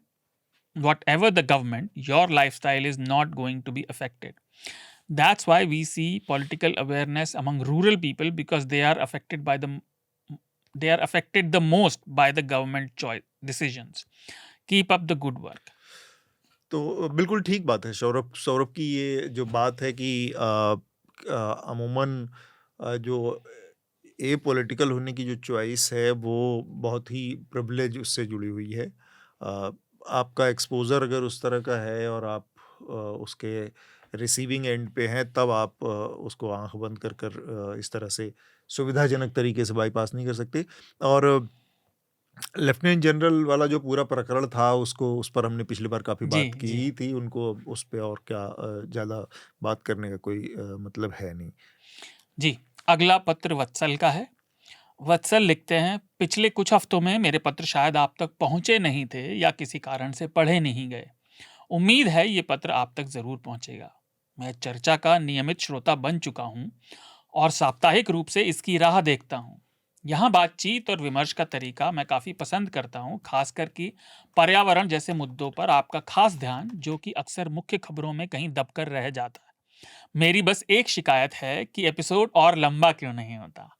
आप सभी अपना शानदार काम जारी रखें और सभी स्वस्थ रहें। मेरी तरफ से एक रिकमेंडेशन, श्रीनाथ राघवन की नई किताब Indira Gandhi and the years of that transformed India. धन्यवाद वत्सल। तो वत्सल का लेटर शायद पहले भी आया हो हमारे पास, अगर आया होगा तो हमने पढ़ा ज़रूर होगा, क्योंकि उसमें सच तो कुछ हमने कभी कोशिश की नहीं है। बाकी आ, दूसरा इनका एक बिंदु तो है कि ये लंबा होना चाहिए और क्या बस यही कह बस रहे है हैं कि वो एपिसोड और लंबे करें। तो धीरे धीरे रे मना धीरे सब कुछ होए माली सींचे सौकड़ा Yes. और ऋतु आए फल होए। जी, तो बढ़ेगा इसका ड्यूरेशन, धीरे धीरे बढ़ेगा थोड़ा सा। हौले हम हौले। हाँ करेंगे। और बेसिकली क्या होता है कई बार बातचीत में डिपेंड करता है कि कितना सबकी रुचि का विषय है, फिर कितना किस तरह के गेस्ट हैं। कई बार 2 घंटे भी होता है, 2.5 घंटे भी होता है, और कई बार घंटे सवा घंटे भी सवा घंटे या कुछ 2 विषय घंटे ऐसे में। होते हैं जिन पे बहुत देर हाँ बात की जा सकती है, कुछ पर जी नहीं की जा सकती। हाँ, खैर। तो ये सब मिला के अगला पत्र के जयराम का है। वो लिखते हैं, हाय, apologies for writing in English. I usually look forward to your podcast and value Atul and his co-panelists' opinions. However, in the latest episode, I was shocked to hear Atul repeatedly state that Gaza's death toll was 28,000 and its population 1.5 million. According to UNOCHA Impact Snapshot, which is of 21st May, the death toll is 53,655, and with over 100,000 missing and presumed dead, as reported by sources like The Lancet. Gaza's population in October 2023 was around 2 million. I've detailed this further in my article on India Forum. As for Anand Vardhan, he merely echoed Western media narratives claiming the UK, France, and Canada are turning against Israel, even as Britain continues to support Israel military while feigning condemnation. तो शार्दुल, ये जो जयराम का जो सवाल है एकदम वाजिब सवाल है, और मुझे मैं इस बात को मानता हूँ या स्वीकार करता हूँ। बेसिकली क्या हुआ इसमें जो प्रॉब्लम आई वो ये कि मैं जब रिसर्च कर रहा था, तैयारी कर रहा था, तो मेरी तैयारी का जो सोर्स था वहाँ से गड़बड़ी हुई। बेसिकली वो जो रिपोर्ट थी, वो स्टोरी थी कि गजा में अब तक 28,000 महिलाओं की डेथ हुई है, womens are died during this after 7th October 2023 से लगभग अब 600 तक। दिन हो गए हाँ, हैं। तो वो वुमेन्स को, उसको मैंने ओवरऑल नंबर में कैलकुलेट कर लिया, मिसिंग में या जल्दी भी है या जो भी, तो वो एक गड़बड़ी थी। और आपने जो डाटा दिया है बिल्कुल ठीक बात है, 55-56 हज़ार के आसपास लोगों की अब तक डेथ हो चुकी है। और मैं बस एक लाइन इसमें ये जोड़ना चाह रहा हूँ कि जो कुछ गजा में हो रहा है, जो कुछ इजराइल फिलिस्तीन में के साथ कर रहा है, उसके बाद इस दुनिया के किसी भी लीडर का चेहरा या किसी भी लीडर के पास कोई भी मोरल, कोई भी नैतिक, कोई एथिकल ग्राउंड नहीं है, कोई चेहरा नहीं है। वो उठ के शांति की और समृद्धि की और किसी और तरह की बात कर सके, या फिर वो अपने किसी दुख की बात कर सके कि हम विक्टिम है अपना, जो कुछ फिलिस्तीन में हो रहा है। उसके बाद इस दुनिया की पूरी लीडरशिप अपना सारा मोरल फेस खो चुकी है। बस ये एक लाइन में कहना चाह रहा हूँ। इसमें किसी को चाहे कितनी भी बड़ी बड़ी बातें बकवास आप कर लें कि हम बुद्ध के देश और गांधी के देश हैं, लेकिन अगर आप जाके क्लियर कट खड़ा होकर एक लाइन भी ये नहीं कह सकते कि जो कुछ फिलिस्तीन में हो रहा है इजराइल गलत कर रहा है, तो फिर इन सब बातों का, और मैं सिर्फ एक व्यक्ति की बात नहीं कर रहा हूँ, ये पूरे दुनिया के कलेक्टिव जो लीडरशिप है, जो लोग लीड कर रहे हैं आज की तारीख में दुनिया को, उन सब के बैंकरप्सी, बेईमानी का सबूत है जो कि फिलिस्तीन में, गजा में हो रहा है। बस ये एक लाइन। शार्दुल, मैं आपकी बात में वही जोड़ना चाहता हूँ कि 11 सितंबर 2001 के बाद से जो भी दुनिया भर में घटा है पिछले 24-25 सालों में, इराक पे देखिए, जब सबको पता है, वो पूरे मीडिया ने साथ दिया, अमेरिकन मीडिया ने 2003-4 से जब वो शुरू हुआ सब, उसके बाद जिस तरीके से बदलते हुए एडमिनिस्ट्रेशन, सिर्फ अमेरिका के ही नहीं, हालांकि वियतनाम के समय से वो सबको पता था, लेकिन उसके बाद से इतना खुलकर सामने आया है ये, और किसी एक देश के लिए नहीं, इसमें सब शामिल है। चाहे चीन का वो उइघुर मुसलमानों को बिल्कुल वैसे ही कैंप में रखना हो, उस पर कोई चू नहीं बोलता, क्योंकि चीन से सबको व्यापार करना है। ये पूरी हिपोक्रेसी अब सामने आ गई है। कम से कम तकनीकी दुनिया का, इस टेक्नोलॉजिकल क्रांति का ये हुआ है कि बात छुपाने की कोशिश, क्योंकि पुराने ज़माने में छुप जाती थी, लोग भूल जाते थे क्योंकि आपके पास एविडेंस नहीं है, लेकिन इस दुनिया में कुछ छुपा नहीं है। तो ये मोरालिटी की बातें और वेस्टर्न सिविलाइजेशन की बातें, ये सब बेकार है। इसीलिए यूएन पे अब लोगों का विश्वास उठ गया है। अगला पत्र है पूजा बत्रा का, और पूजा ने रोमन लिपि में हिंदी लिखी है, तो मैं पढ़ लूँगा धीरे धीरे थोड़ा। उन्होंने लिखा है, शार्दुल के आधे अधूरे ओपिनियन के लिए कुछ आर्टिकल्स हैं यहाँ। किसी की वॉर की स्टार्ट होने से पहले ये पता होना, वो शायद कहना चाह रही है, पता होना चाहिए। Number 1, what was our objective. Number 2, what did we achieve. जी बिल्कुल सही। ऑब्जेक्टिव था पाक के टेरर बेस को खत्म करना। क्या हम कर पाए? कुछ हद तक हाँ, पर पाक पूरा टेरर स्टेट क्या किया हमने? ट्रंप कुछ बोल रहा है, सरकार कोई जवाब नहीं दे रही। कई दिन तक MEA चुप रहा। प्रेस ब्रीफिंग एक जरा सा डिनायल था, बस आगे यहाँ कनाडा वाला इशू डिप्लोमेट समन हो गया था। अब क्या किया आपने? बेसिकली वो कह रहे कि कनाडा वाले मामले में तो डिप्लोमेट को सम्मन कर लिया था। मैं जवाब दे दूंगा, पूरा पढ़ दूं। पाक को डिटर नहीं कर पाए हम। उन्होंने 2 आर्टिकल दिए हैं, मैंने पढ़े हैं, और सुशांत सिंह का जो उन्होंने डाला था ट्विटर पे, मैंने वो भी देखा है। और शार्दुल के अकॉर्डिंग हम अपने आप नवाबी करेंगे, दूसरे कैसे बता सकते हैं? वेस्ट हिपोक्रेसी भी नो। हमने अपने आप ही करना है। फॉरेन डेलीगेशंस क्यों जा रहे हैं, क्यों भेजने पड़े? आज भी चाहिए, जितना बुरा यूएन हो, जितनी बुरी दुनिया हो, सब कुछ मैटर करता है। when you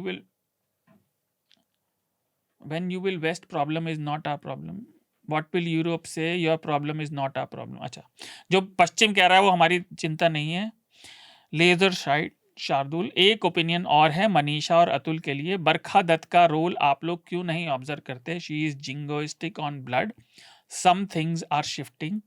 number 1, she claimed कि कराची पोर्ट कैप्चर हो चुका है। Number 2, she claimed Pak soldier is in India's custody. Number 3, she didn't question PM on his silence, ना ही लेजर लाइट MEA, क्योंकि कनाडा के केस में MEA did. She claimed Ash माने ऐश्वर्या राय, अच्छा, she claimed Ash wearing sindoor as supporting operation सिंदूर। अगले दिन नहीं पहना उसने। Was she representing cease fire? But she is being liberal face. Will you ignore her hypocrisy? एक बात और, लल्लन टॉप के शो में Saurabh and his colleague said Rahul Gandhi shouldn't question the government। क्यों भाई, आप दोनों को वो हिपोक्रेसी नहीं लगती है? वीडियो आई एम अटैचिंग, एक सैंपल है ये। तो पहले आप बोलेंगे, मैं बोलूं? नहीं, आपके ऊपर बहुत सारी बातें हैं, तो यू कैन। मैं बता देता हूँ। तो पूजा, आपके पत्र के लिए धन्यवाद। और एक तो मेरा ये मानना है, सर्व ज्ञानी तो केवल नारायण है, बाकी सब तो ज्ञान अर्जन करना है। सभी का ज्ञान अधूरा है, पूरा ज्ञान किसे है? किसी को नहीं।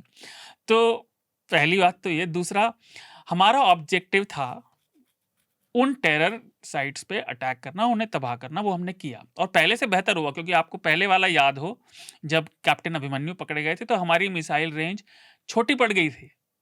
तो ये प्रोग्रेसिव है। दूसरी चीज़ जो आप कह रही हैं कि पूरा पाकिस्तान टेररिस्ट स्टेट, तो मैं आपको एग्जांपल देता हूँ। अमेरिका अफगानिस्तान गया, 20 साल वहाँ रहा, आतंकवाद खत्म नहीं हुआ, क्योंकि आतंकवाद ऐसे खत्म नहीं होता। मैं लगातार पॉइंट हफ्ता में भी और चर्चा में भी बोलता रहा हूँ कि आपको दूरगामी नीतियाँ अपनानी पड़ेंगी और ईमानदारी से काम करना पड़ेगा, जिससे कॉस्ट अप्लाई करें। आप देखिए, 200 बार आप बचा लेंगे, लेकिन एक ना एक दिन दांव तो किसी का भी पड़ जाता है, और वही टेररिस्ट का काम है, वो एनआरकी को करना। और मैं इसलिए नहीं कह रहा था कि मैं सरकार का सपोर्ट कर रहा हूँ, मैं आपको बता रहा था कि मिलिट्री ऑपरेशंस ऐसे ही होते हैं। ये मॉडर्न मिलिट्री है। अब देखिए, थल सेना का इस बार कितनी बात हुई कि थल सेना का रोल कितना कम हुआ है। इस बार एयरफोर्स आगे आ गई है, क्योंकि मॉडर्न वॉरफेयर टेक्नोलॉजी से ज़्यादा है, उसमें एयरफोर्स सबसे आगे रहती है, उसके बाद नेवी आएगी, थल सेना मैन पावर सबसे पीछे रह जाती है, वो ग्राउंड ऑपरेशंस के लिए। एक आखिरी बात मैं आपको याद भी दिला दूँ, अभी एक वायुसेना पूर्व अध्यक्ष है, या कि उनका अभी बयान आया कल परसों में कि भारत में कॉन्ट्रैक्ट दे दिए जाते हैं, लेकिन तकनीक कभी पहुंचती नहीं, टाइम से कभी डिलीवरी नहीं हुई। हाँ, वो तो कह रहे डिलीवरी हुई ही नहीं। तो ये चीज़ें हमें सुधारनी पड़ेंगी। ये अच्छा असल में हिंदुस्तानियों का हमारा ना कल्चरली बहुत बड़ी प्रॉब्लम है कि किसी भी डेडलाइन की कभी रिस्पेक्ट ही नहीं कोई करता। कोई भी टाइम से पहुंचना, जैसे 5 बजे का कार्यक्रम है तो वो 5:30, 6, 7 बजे ना नेता फॉलो करते हैं, ना इन जनरल पब्लिक फॉलो करती है। हर आदमी के साथ ये हम लोगों को टाइम का जो पंक्चुअलिटी है ना, उसको कोई फॉलो नहीं करता। और सरकारी उसमें तो और लेट लतीफ़ी है, हर काम कोई प्रोजेक्ट टाइम से पूरा नहीं होगा। वो उनका इशारा उसी तरफ था। वो जो हुँ। बात कर रहे थे वो यही कह रहे थे कि एक भी डेडलाइन नहीं पूरी, एक भी चीज़ सिंगल आइटम आज तक उनको टाइम से नहीं हुआ। बार-बार एक्सटेंशन पे एक्सटेंशन पे एक्सटेंशन दिया जाता है। ये हमको फाइटर जेट की डेडलाइन हमारी ये थी, या हमारे पास जो एम्यूनिशन या जो भी इस पर्टिकुलर मिसाइल की, उसके डेवलपमेंट में हमेशा एक्सटेंशन दिया जाता है। तो आप या तो आपके साथ फंडामेंटल प्रॉब्लम है कि आप अनुमान ही नहीं लगा पाते हैं, या फिर उसमें कुछ और चीज़ें प्ले करती हैं, मतलब ये लेकिन बहुत कल्चरल प्रॉब्लम है। बहुत बहुत ही एक ही चीज़ है जो बहुत सस्टेनेबल तरीके से विद्यमान है हमारे बीच में, वो है हमारी लाइफ में, राजनीति। वो है कि नहीं, वो है ये लेट लतीफ़ी। अच्छा, हाँ। अच्छा, आपने जो नवाबी बात करी और उसके लिए आपने जो सुशांत सिंह का दिया, देखिए विदेश में प्रूव करने की ज़रूरत नहीं है। जो ये लिबरेशन फ्रंट पैदा हुआ बाद में, वो इसलिए हुआ क्योंकि एफएटीएफ ने पाकिस्तान पे जोर डाला था कि आप इन पे रोक लगाएँ तभी आपको पैसा मिलेगा। वो उन्होंने किया, तब से लश्कर-ए-तैयबा का ये फ्रंट आया और इसने पहले भी ऐसा किया है। ये ज़िम्मेदारी लेता है ऑनलाइन और 2-4 दिन बाद वापस ले लेता है। जिसका ये नीति है और आप लंबे समय तक अगर देखेंगे पाकिस्तान झूठ बोलने में एक्सपर्ट है। वो सिर्फ हमसे ही नहीं, सबसे। एक आखिरी बात जो आपने मेरे से जुड़ी कही थी कि अब क्यों भेजा डेलीगेशन, देखिए नीति के कई एस्पेक्ट होते हैं। वो इसलिए भी भेज रहे हैं क्योंकि अपने लिए सपोर्ट इकट्ठा करना है। सपोर्ट आपको स्वयंभू ऐसा होना चाहिए कि किसी की सपोर्ट की आवश्यकता ना पड़े, लेकिन सपोर्ट जिसका मिले, जिसका ले सकें, ज़रूर लेना चाहिए। ये अलग-अलग एस्पेक्ट है। ठीक बात। तो और आप अगर 2 एड्रेस चीज़ें बस करना उसमें चाहें। हैं, जो बरखा दत्त के बज़रिए पूजा ने बात कही है, उस पर मैं बस छोटा-सा कहना चाहूँगा। बिल्कुल बात होनी चाहिए। बरखा दत्त को या कोई भी अगर मीडिया क्रिटिक के नज़रिए से जो आप कह रही हैं कि जो न्यूज़ लॉन्ड्री करता है, उस नज़रिए से बरखा के ऊपर भी बात होनी चाहिए। और अगर वो मिस हुआ है तो ये हमारे साइड से मिसिंग है। लेकिन इसमें बस एक बात मैं कहना चाह रहा हूँ कि ऐसा कुछ नहीं है कि हम किसी को बचा रहे हैं या किसी को उसमें किसी को नाप रहे हैं या किसी के खिलाफ जानबूझकर कुछ कर रहे हैं और किसी को जानबूझकर बचा रहे हैं। ऐसा हमारी कभी इंटेंशन नहीं होती, नीयत नहीं होती। बरखा का जो मामला था वो शायद एक वजह से मिसिंग बाद में ये हमारी नज़र में आया। मुझे खुद अपना शो करने के बाद मेरी नज़र में आया, और उसकी वजह शायद ये है कि हमारा ज़रूरत से ज़्यादा जो ऑक्यूपेंसी रहती है, जो हमको घेरे रहता है या जो हमारा टाइम खाता है, वो है टेलीविज़न। और टेलीविज़न की ओवर ऑक्यूपेंसी में हम इतना ज़्यादा उसमें ऑक्यूपाई रहते हैं कि बाकी जो पैरेलल मीडिया, समानांतर मीडिया है, डिजिटल मीडिया है, और जो कई बार देखिए वो इतना ही ज़्यादा गंदगियाँ हिंदी के अखबारों में भी थी इस पूरे दौरान पे, लेकिन हम उसको नहीं कर पाए क्योंकि इतना ज़्यादा ओवरवेल्म हो जाते हैं एक ही शो करने के लिए। हफ्ते में 7 दिन के टाइम पे आपके पास कंटेंट है, तो आपके पास 10 चैनल हैं, 10 चैनलों का 7 दिन का 70 शो से 70 दिन हो गए एक तरह से। ये सब मिलके इतना ज़्यादा हो जाता है कि आपको फिर कुछ चीज़ें छोड़नी पड़ जाती हैं, मजबूरन छोड़नी पड़ जाती हैं। तो वो चीज़ हुई, तो हिंदी अखबारों को भी हम इसमें शामिल नहीं कर पाए इसलिए। तो उम्मीद है कि हमने काफ़ी सारी चीज़ें जो इसमें पूछी गई थी, जो आप इसके लोगों ने पूछे थे और जो सवाल किए थे, उसको हमने साफ़ किया होगा। आप लोगों को कुछ क्लैरिटी आई होगी। हम अपने अगले विषय की तरफ बढ़ेंगे और हमारे साथ बहुत देर से जगदीश कृष्ण स्वामी जुड़े हुए हैं। बहुत-बहुत शुक्रिया सर हमसे जुड़ने के लिए, बहुत-बहुत धन्यवाद। तो हमारे जो दूसरा विषय था जिस पर हम बात करना चाह रहे थे कि किस तरह से लगातार जो बदल रहा मौसम है, जो बदलती हुई परिस्थिति है पर्यावरण की, और उसको हम देख रहे हैं, हमारे सामने है कि पिछले कई सालों में, हमारे याद के कई सालों में मई का महीना पूरा जो गुजरा है, उसमें एवरेज टेम्परेचर 3 डिग्री सेल्सियस से नीचे था, 3 डिग्री सेल्सियस के करीब, जो कि आम तौर पर मई के महीने में होता है नॉर्थ इंडिया के ज़्यादातर इलाकों में और दिल्ली में भी। तो ऐसे कई सारे दिन इसमें बीच में आए जिसमें 5-6 दिन करीब बारिश भी हुई है। आज जैसे आज का दिन है, पूरे दिन धूप नहीं निकली थी। तो लगातार पूरा मई का जो महीना था, करीब-करीब इस डिस्टर्बेंस से गुजरा है। फिर हमारे सामने मुंबई का उदाहरण है, जब हमने देखा पिछले हफ्ते वहाँ पर बहुत ज़्यादा बारिश हुई। समय से पहले मानसून आया, इस वजह से बहुत ज़्यादा बारिश हुई है, और वहाँ पर पूरा का पूरा जो इंफ्रास्ट्रक्चर है, जो वो एक तरह से नाकाम रहा उस बारिश से निपटने में, बाढ़ के हालत बने। उससे अगर 10-15 दिन पहले की बात करें हम, तो बेंगलोर में इसी तरह के बाढ़ के हालात देखने को मिले थे, वहाँ पर भी पूरा शहर सबमर्ज हो गया था। केरल में मानसून 1 हफ्ते पहले आने की बात कही जा रही है इस बार। मेरा जो पहला सवाल है जगदीश आपसे, कि इस बार कोई डिस्टरबेंस की बात नहीं थी, एल नीनो की बात नहीं थी, ये कहा जा रहा था कि मानसून सही टाइम से आएगा। उसके बाद भी ये सब हो रहा है लगातार। तो एक तो हमारे पास एक बेसिक टेम्पलेट है कि हमें पता है कि एक क्लाइमेट चेंज हो रहा है, पर्यावरण बदल रहा है और उसके नतीजे में ये सारी चीज़ें हो रही हैं। पर क्या कुछ और तरीके से भी हम देख सकते हैं, समझ सकते हैं इसको? आप हमें थोड़ा-सा अगर बता पाएँ कि क्यों दिल्ली में मई के महीने में हर दिन आंधी-तूफ़ान, और उसके अलावा बारिश तो जो हुई ही 5-6 दिन बारिश भी अलग-अलग उसमें हुई है। आंधी-तूफ़ान आने की जो स्पीड है, जो फ्रीक्वेंसी है, वो बहुत बढ़ गई है। अमूमन हफ्ते में 2-2 बार, 3-3 बार वो बहुत तेज़ तूफ़ानी हवाएँ चल रही हैं, उसकी वजह से टूट-फूट हो रही है। 7-8 लोगों की मौत हो गई पिछली बार जब रात में वो आंधी आई थी, तूफ़ान आया था। तो थोड़ा-सा हमें अगर आप समझा पाएँ जगदीश आपसे, फिर हम इस बातचीत में और आगे दूसरे इससे जुड़े सवालों पर बात करेंगे। ये जो हम वेस्ट मानसून है, जिसको हम बोलते हैं कि जून से लेकर सितंबर तक जो होता है, मतलब 80% से ज़्यादा, 90% से ज़्यादा जो जहाँ पे भी आप देखेंगे वो मतलब पूरे साल का उतना प्रतिशत उसमें आ जाता है। लेकिन आप ये जो विंटर के बाद वाला जो समय है, उसमें एक तो ये वेस्टर्न डिस्टर्बेंस है, और वेस्टर्न डिस्टर्बेंस मतलब ये सर्दी के मौसम के बाद सर्दी के मौसम में शुरू होता है, और कई बार क्या होता है कि देखा गया है कि कुछ सालों में कि मतलब जनवरी, फरवरी से बढ़कर कभी-कभी लेट होके वो पूरा 2-3 साल पहले आपने अगर याद है आपको, तो वो मतलब साउथ वेस्ट मानसून तक वेस्टर्न डिस्टर्बेंस चल रहा था।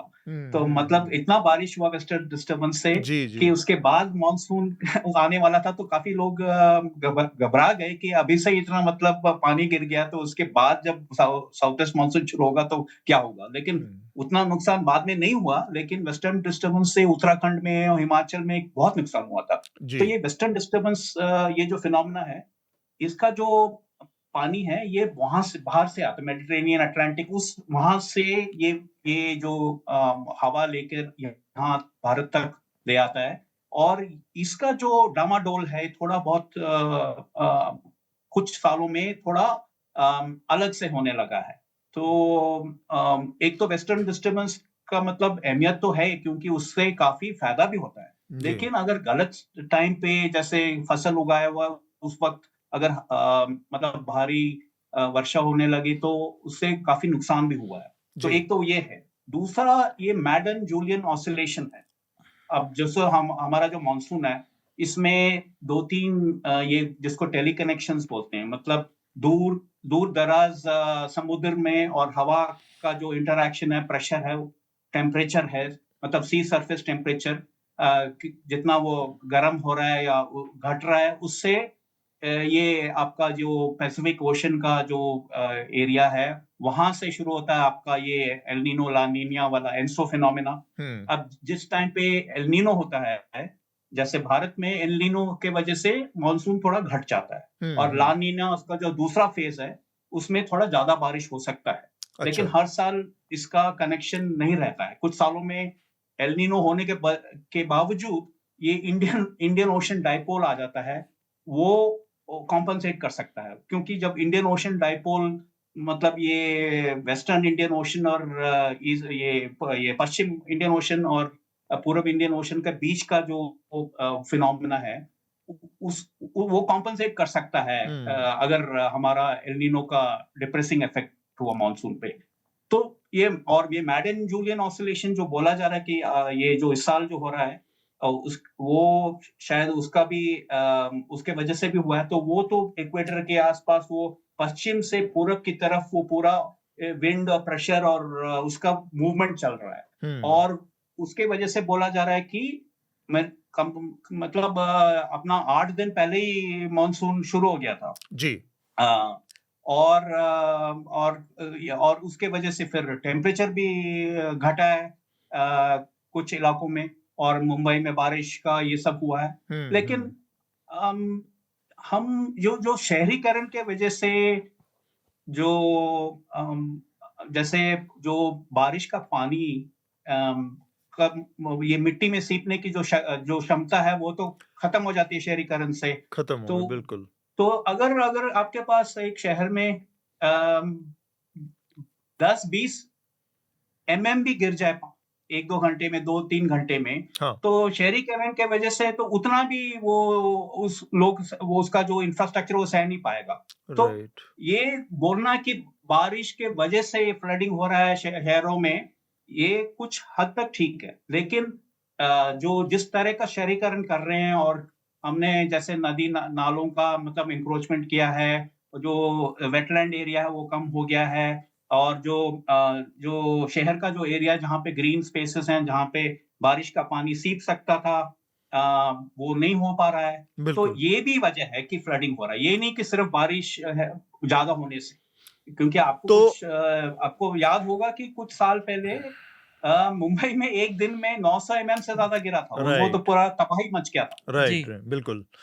तो इसमें एक तो बहुत जो ये पूरा जो फिनोमेना है उसको तो हमें समझने में मदद मिली। अब ये बात आती है कि जो शहरीकरण का पूरा असर है, और ये कहा जा रहा है कि पानी की वजह से, बारिश की वजह से बाढ़ आ रही है, बेसिकली ये शहरीकरण की वजह से बाढ़ है। लेकिन हमें फिर भी एक चीज़ समझना चाहिए कि हमारे 3 जो सबसे बड़े शहर हैं, आप समझिए कि दुनिया के नक्शे पे जिन 3 बड़े शहरों को जैसे शायद दुनिया हिंदुस्तान को जानती है, वो उसमें दिल्ली है क्योंकि ये कैपिटल है, मुंबई है क्योंकि वो फाइनेंशियल कैपिटल है, और बेंगलुरु वो सिलिकॉन वैली है जो इंडिया का, इस तरह से। तो ये तीनों एक डिस्टिंक्ट कैरेक्टर वाले शहर हैं। अब यहाँ पर हमेशा, बॉम्बे में तो इतनी बुरी हालत थी जिसकी बात कर रहे हैं वहाँ पर कि लोगों की डेथ हो गई उसमें ओपन सीवर लाइन के अंदर के हर साल डेथ हो रही है, बार बार ये सारी स्थिति आ रही। तो जो हमारा पूरा ओवरऑल सिविक इंफ्रास्ट्रक्चर है, शहरीकरण तो हो रहा है, आप उसको रोक नहीं सकते क्योंकि एक बहुत लिमिटेड जगह पर सारा का सारा आपने जॉब का सेंट्रलाइजेशन कर दिया है। वो सारे सर्विसेज या कहें इंडस्ट्री कहें जो भी कहें, वो चाहे वो बेंगलोर में होगी या बॉम्बे में होगी या दिल्ली के इर्द गिर्द होगी। तो आप अनअवॉइडेबल सिचुएशन है कि लोग आएंगे ही आएंगे बड़े शहरों में ना, उधर जाएंगे, वहाँ पर पलायन हो ही रहा है। तो इन शहरों की जो क्षमता है या उनका जो पूरा इंफ्रास्ट्रक्चर है वो क्यों चरमरा जा रहा है? अगर थोड़ा सा हम इस पर बात करें कि केवल दिल्ली में तो बहुत थोड़ी सी बारिश हुई थी। दिल्ली में जो बाढ़ हुई वो उस दिन 1 घंटे की बारिश के बाद चारों तरफ पानी भरा, वो तो उसके लिए तो बारिश को भी जिम्मेदार नहीं ठहराया जा सकता, और उसके लिए शहरों को भी इतना जिम्मेदार नहीं ठहराया कि शहर में इतना भी अगर वो नहीं क्षमता है कि 1 घंटे या आधे घंटे की बारिश है को झेल पाए, और वहाँ पे इतनी सारी वाटर लॉगिंग की सिचुएशन हो गई थी। पहले शार्दुल आप अपनी बात रखें और उसके बाद फिर हम जगदीश की बात चलेंगे। तो मैं शहरों वाली बात पे आऊँ, मैं 1-2 चीज़ करना चाहता हूँ, और अगर मैं गलत हूँ तो मेरी विनती है जगदीश जी मुझे ठीक कर दें। हाँ। देखिए, आप अगर देखें, जितने भी आप लिटरेचर देखें, कुछ भी देखें, भारत विविधता का देश है। तो यहाँ पे मौसम की भी विविधता है, क्लाइमेट जोन्स यहाँ बहुत सारी हैं, एरिड भी है, यहाँ वेटलैंड भी हैं थोड़े-थोड़े, है ना? बिल्कुल। तो लेकिन अब देखिए, क्योंकि ये जलवायु परिवर्तन, क्लाइमेट चेंज की वजह से वो हमारी एक तरह से परेशानी बनती जा रही है। यहाँ फ्लैश फ्लड भी आ रहे हैं, यहाँ सूखा भी आ रहा है, यहाँ बारिश से बाढ़ें भी आ रही हैं, और ये हर साल हो रहा है। असम की देखिए, हम हर साल बात करते हैं, बाढ़ आ जाती है वहाँ। तो और कहीं ना कहीं, जैसे कि मैं पढ़ रहा था, कौन सी इसकी क्लाइमेट ट्रेंड्स की एक रिपोर्ट आई थी, उन्होंने जारी किया था कि हमारे यहाँ ग्लेशियर पिघल रहे हैं, तो ऊपर से उसकी वजह से पानी आ रहा है, और साइक्लोजेनेसिस, जो कम दबाव का क्षेत्र है वो बढ़ता है, वो बे ऑफ बंगाल में भी, बंगाल की खाड़ी में भी, और अरब सागर में भी, इस तरफ दोनों तरफ बढ़ रहा है, तो उससे चक्रवात भी ज़्यादा आ रहे हैं। और घूम फिर के बात वहीं आ जाती है कि मैं बहुत ही बेसिक वे में कह रहा हूँ कि हमें अपने शहर, जो आप कह रहे थे, चाहे वो शहर हो चाहे आबादी कहीं भी बढ़े, आप प्रकृति से झगड़ के नहीं लड़ सकते एक लिमिट तक। जैसे वो बड़ी कहावत है कि नदी का रास्ता कोई नहीं रोक सकता, जब नदी अपने पे आएगी तो वो अपना रास्ता बना लेगी, सब बह जाएगा। आपको प्रकृति के सामने नम्र होकर और ईमानदारी से काम करना पड़ेगा। शहर बनाना कोई गलत बात नहीं है, लेकिन आपको शहरों को इस तरह से बनाना होगा कि जैसे जगदीश जी ने बताया कि आपके जो पानी के निकासी के जरिए हैं, जो प्राकृतिक हैं, जो नहरें हैं, वो कवर ना हो। बेंगलोर में देखिए क्या हुआ, बेंगलोर में सारी नहर कवर हो गई। यही चेन्नई में हुआ है, जो वहाँ से पानी के निकासी के लाखों करोड़ों सालों में जो रास्ते खुद बनाए थे प्रकृति ने, उस पर हम बिल्डिंग बनाए दे रहे हैं। बिल्कुल। और उसका नतीजा यही है कि फिर जब वो एक लिमिट से ज़्यादा पानी आता है, और वो भी काम हम अच्छे से नहीं करते ना। जैसे हम अगली बात पे आएंगे, जैसे आपने मुंबई का एग्जांपल दिया, वो म्यूनिसिपल कॉरपोरेशन ईमानदारी से काम नहीं करती। भाई पानी आएगा, आपका काम पानी रोकना नहीं है आपका काम है या तो उस पानी को इकट्ठा करें, रेन वाटर हार्वेस्टिंग। अगर वो नहीं कर रहे तो कम से कम उसे निकासी दें। पानी का रास्ता आप रोकेंगे तो वो सब चीज तोड़ देगा, वो आपकी सड़क भी तोड़ देगा, मकानों की नींव भी तोड़ देगा, बिल्डिंग, वो सब कुछ तोड़ देगा। पानी को आज तक कौन रोक पाया है? बिल्कुल ठीक बात। और इसमें सबसे ज्यादा परेशान वही होते हैं जो आर्थिक तौर पर कमजोर सबसे लोग हैं। घूम फिर के जो जो मार पड़ती है वो सबसे पहले सबसे ज्यादा उन्हीं पर पड़ती है। आप याद कीजिए, इसी चर्चा में हमने कितने 2 साल पहले वो हिमाचल में जो फ्लैश फ्लड आए थे, देखिए किस तरह से मंडी में तबाही मची थी, और वो ऋषिकेश में मची थी। और हृदयेश यहाँ आते हैं तो केदारनाथ वाली तो उनकी किताब है, वो सभी को याद। आप जब तक ईमानदारी से प्रकृति के सामने नम्र होकर नहीं बनाएंगे, एक फॉर्मूला सब जगह लागू नहीं हो सकता।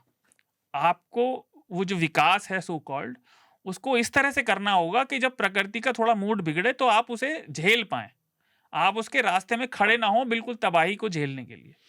बिल्कुल ठीक बात है। एक बॉम्बे के लिहाज से एक और बड़ी चीज़ है कि बॉम्बे की जो गंदगी है या बॉम्बे में जो बार बार आ रहा है, उसके पीछे राजनीति इसका सीधा सीधा हाथ है, और वो है बीएमसी, जो कि सिविक इंफ्रास्ट्रक्चर के लिए जिम्मेदार है। बीएमसी के इलेक्शन नहीं हो रहे, मतलब वहाँ पर दूसरे किस्म का करप्शन है चल रहा है। वहाँ इलेक्शन आप नहीं कराते हैं, आधे लोगों की अकाउंटेबिलिटी जवाबदेही नहीं बनती। जब पता है कि कोई चुना हुआ प्रतिनिधि ही नहीं है, या उसको जाके कहीं किसी को जवाब नहीं देना है, कहीं जनता के सामने उसकी जवाब नहीं दी, तो एक किस्म का वो लेथार्जी धीरे धीरे सीप इन कर गई उसमें। ये चीज़ दिल्ली में भी आप देखिए कि एमसीडी में जो बीजेपी और इनकी लड़ाई लगातार चल रही थी, बीजेपी की आप से, और धीरे धीरे इसमें लोगों ने शिफ्ट किया, किसी का बहुमत नहीं था। ये इसकी वजह से आप जिस पर्टिकुलर जगह पर जाकर रेखा गुप्ता जो दिल्ली की मुख्यमंत्री हैं कह रही हैं कि हमने सब से ठीक कर दिया है और नहीं लगेगी, वाटर लॉगिंग नहीं होगी, जब पानी नहीं रुकेगा, वहीं पर सबसे ज़्यादा पानी की वो हुई। और वो उस पर इतने सारे मीम बने कि आप वो उस दिन वहाँ पे कह के गई, और उसके बाद पहले ही बारिश में, जो कि मानसून की बारिश भी नहीं थी, वहाँ पर लॉगिंग हुई। तो इसमें पॉलिटिक्स भी एक बड़ा हिस्सा है जो पूरे इंफ्रास्ट्रक्चर के ऊपर, जी और प्लस शहरीकरण में वो तो बात है ही है। इवन दिल्ली को आप देखें, दिल्ली जो देखते देखते एक बहुत बड़ा, दिल्ली में इतना बड़ा ये इंफ्रास्ट्रक्चर देखते देखते खड़ा हुआ है कॉमनवेल्थ गेम के बाद से, 2010 के बाद से। 2010 के बाद से वो बारापुला, अब वो बारापुला का पूरा ओरिजिन वो बेसिकली अरावली से लगा निकलते हुए, अरावली के बाद ये महरौली के पूरे इलाके से साउथ, फिर संजय बनवाला जो इलाका, वहाँ से निकलते हुए ये यमुना तक जाती थी। एक बड़ी स्ट्रीम थी, मेजर स्ट्रीम थी। फिर वो धीरे धीरे पहले नाला बन गई, लेकिन वो पानी की जगह थी तो नाला नेचुरल था, तो उस पर बहुत ज़्यादा, उसके ठीक ऊपर वो पूरा का पूरा, वो पूरी उसकी लेंथ में, उसी के ऊपर, बारापुला के ऊपर वो पूरा एलिवेटेड हाईवे, वो फ्लाईओवर बना है, वो जो सरा काले खां तक जाता है, जी उसके आगे भी उसका एक्सटेंशन अब हो रहा है। तो इस तरह के बहुत सारे इंफ्रास्ट्रक्चर हैं जो कि इवन लोधी गार्डन में जो हमारे यहाँ ब्यूटिफिकेशन होता है, ब्यूटिफिकेशन के नाम पे लोधी गार्डन के अंदर से स्ट्रीम बहती थी, एक बहुत बहुत इंपॉर्टेंट दिल्ली की वाटर स्ट्रीम थी, जो कि उधर से आती थी, अरावली, और उसके ऊपर बहुत सारा ब्यूटिफिकेशन के नाम पर स्ट्रक्चर बना दिए गए, और वो अब एक तरह से गायब हो गई है। तो इस तरह से लगातार जो उस पर शहरों के ऊपर जो नेचुरल वाटर स्ट्रीम्स हैं, जो कि बाढ़ की समस्या को, बाढ़ को के पानी को रास्ता देती थी, निकलने का, वो रास्ते भी बंद हो गए। प्लस जगदीश जी ने बताया जो कि पूरा का पूरा कॉन्क्रीटाइजेशन हो गया है, सरफेस का कॉन्क्रीटाइजेशन इतना बड़ा एक वजह हो गई है कि वो पानी कहीं पर भी एब्जॉर्ब नहीं होता, वो सीधे सीधे फिर या तो सड़कों पे जमा हो जाता है गड्ढा पाके, या फिर धीरे धीरे फिर निकलने का रास्ता ढूंढता है। आप कुछ कहना चाह रहे थे जगदीश जी? तो एक दो चीजें हैं। एक तो जो छोटे जो नाले हैं, स्ट्रॉन्ग वाटर ड्रेन्स वगैरह, उसमें भी हम लोग इतना कचरा डाल देते हैं, तो क्या होता है, ये प्लास्टिक और ये सब का इतना उसका वॉल्यूम होता है, और वो जब छोटे छोटे ये जो हैं, इनमें भी वाटर लॉगिंग होता है, पानी नहीं जा पाता है, और वो सब इकट्ठा होके पूरा वो जलाशय में बाद में बाढ़ भी हो सकता है। तो उसका ये सब थोड़ा बदलना पड़ेगा। मतलब हम जो शहर में जो लोग रहते हैं, उनको भी थोड़ा सोचना पड़ेगा कि हमारे आसपास जो भी स्ट्रॉन्ग वाटर ड्रेन्स हैं, नाले हैं, उनको थोड़ा साफ रखें। ये कचरा अगर डाल देंगे तो उससे बहुत नुकसान होने वाला है।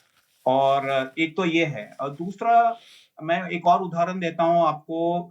बेंगलुरु में, अब बेंगलुरु में तो आप जानते होंगे कि काफी हमारे जो लेक्स बोलते हैं, और जी। एक्चुअली ये सिंचाई के लिए बने थे पहले, और तो बचपन में हम इसे गर्मी कहते थे ना, के झीलों का मौसम शहर।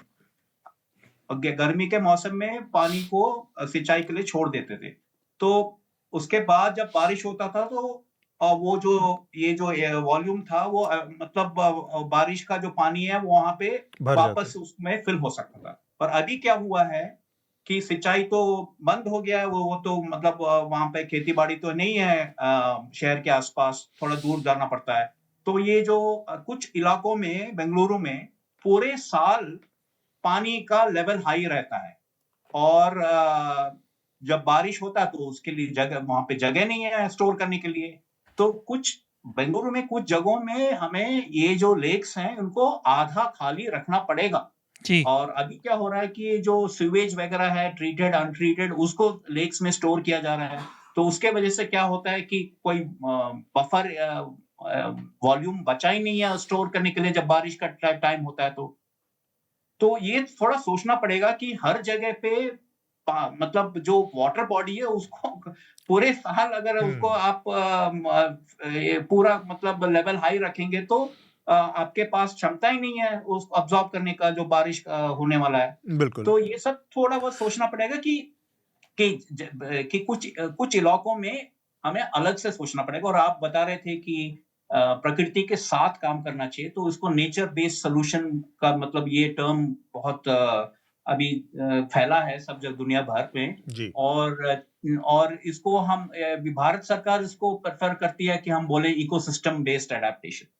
नेचर बेस्ड सॉल्यूशन थोड़ा मतलब वेस्टर्न उसमें पश्चिम साइड में वहां पे ज्यादा इस्तेमाल करते हैं, लेकिन भारत में हम लोग उसको इकोसिस्टम बेस्ड एडेप्टेशन भी बोलते हैं। आप चीन में देख लीजिए, वो स्पॉन्ज सिटी बोलते हैं। वहां पे ये परमेबल पाथवेज बनाए, रोड्स में भी जी। अभी जैसे बारिश का पानी रोड के अंदर चला मतलब जाए। वो सीप के जा सकता है।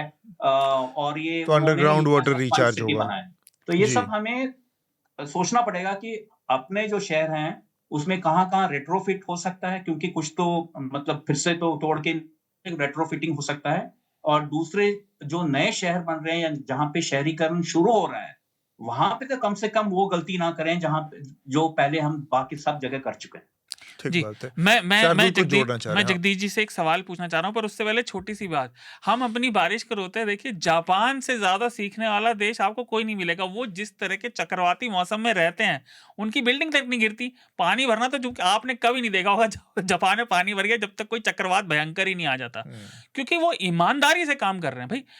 जैसे जगदीश जी ने कहा, हो सकता है परमानेंट स्ट्रक्चर्स को भी बदलने का मौका है, लेकिन उसके लिए आपको पब्लिक में, जनता में विश्वास पैदा करना होगा कि हम आपके शोषण के लिए नहीं, पैसा बनाने के लिए नहीं, ठेकेदारों के लिए, आप सही में सही पर्पस के लिए काम कर रहे हैं। बिल्कुल तो ठीक बात। जनता आपका सहयोग जरूर करेगी। लेकिन यहाँ क्या हो रहा है आप देखिए, राजीव गांधी ने शुरुआत की थी नदी की सफाई की, लेकिन मुझे अभी भी याद है बनारस में वो आज तक बना नहीं है। आज भी मैला शहर का गंगा में ही जा रहा है। नहीं, वो गंगा यमुना क्लीन गंगा प्रोजेक्ट और नहीं मतलब जो शरीर कह रहा हूँ, शहर का जो कूड़ा है वो ना जाए, जो सीवेज है वो ना बहे, इसके लिए ट्रीटमेंट प्लांट वो राजीव गांधी सरकार में शुरू हुआ था। मैं कोई कांग्रेस की बड़ाई नहीं कर रहा हूँ, आपको बता रहा हूँ समय कितना बीत गया, लेकिन यहाँ काम पूरा ही नहीं होता। आपका सवाल क्या था? जी, मेरा सवाल ये है, एक और रिपोर्ट आई है जगदीश जी अभी रिसेंटली, उसकी यूएन की, WMO की टू बी प्रिसाइज, जिसमें कहा है कि जो पुराना लक्ष्य था कि एवरेज तापमान को 1.5 डिग्री सेंटीग्रेड से कम रखने पर ही सब कुछ काम होगा, पेरिस क्लाइमेट अकॉर्ड जो था, लेकिन अब वो कह रहे हैं कि सिचुएशन मतलब परिस्थितियां इतनी खराब हो चुकी है कि 2029 तक ये क्रॉस हो जाएगा। तो मेरा ये पूछना था आपसे कि जब ये होता दिख रहा है और पुराने टारगेट हम देखें तो ये सारे टारगेट समय से पहले क्रॉस हुए जा रहे हैं, क्योंकि हम लोग सीख नहीं रहे कलेक्टिवली एज अ ह्यूमैनिटी। तो भारत जो अभी भी इन चीज़ों से जूझ रहा है कि 4-5 साल में हम क्या एक्सपेक्ट कर सकते हैं अपने देश में हालत, और कितनी बिगड़ेगी? कि हमारा ये जो क्लाइमेट है ना, तो एक तो आपको बदल तो रहा है। अब गर्मी तो जैसे 20 या 30 साल पहले के अंदाजे में लगाएं तो अभी तो काफी हमें पता लग रहा है, लेकिन ये बारिश जो है ना, उसका थोड़ा और मतलब वो थोड़ा कॉम्प्लिकेटेड है, वो कभी-कभी घटता है कुछ सालों के लिए, जी। फिर बढ़ेगा, बिल्कुल। लेकिन ओवरऑल तो अपना जो मॉनसून का जो प्रेडिक्शन है ना, वो थोड़ा मुश्किल है।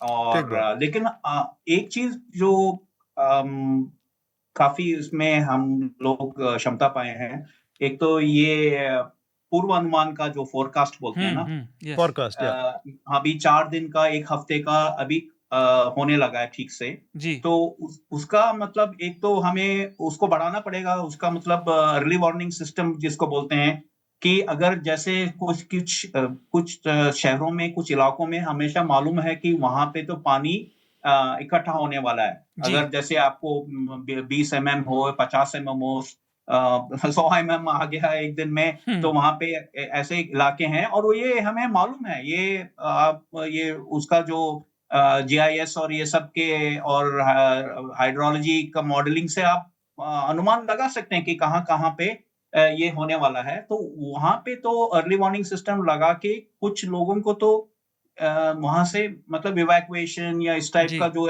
है करना पड़ेगा, और कुछ रोड्स बंद करने पड़ेंगे, कुछ जो इनफॉर्मल सेटलमेंट्स हैं, वो सबसे ज्यादा गरीब लोगों पे ये इसका असर पड़ता है, उनको मदद देना पड़ेगा कि हम्म। एटलीस्ट जी। कुछ हफ्ते के लिए, 10 दिन के लिए कहीं और पे उनको रहने के मतलब जो व्यवस्था है वो करना ही पड़ेगा। एक जी। तो ये है, एक तो ये मेजर करना चाहिए, और क्योंकि क्लाइमेट चेंज को रोकना तो बहुत मुश्किल है, वो तो लॉन्ग टर्म मतलब बहुत साल लगेंगे, और उसके लिए जो प्रयास है, कुछ देश तो मानते ही नहीं है, कर नहीं रहे हैं, और कुछ कर रहे हैं, कोशिश कर रहे हैं कि अपना ये कार्बन एमिशन वगैरह कम कर दें और ये सब।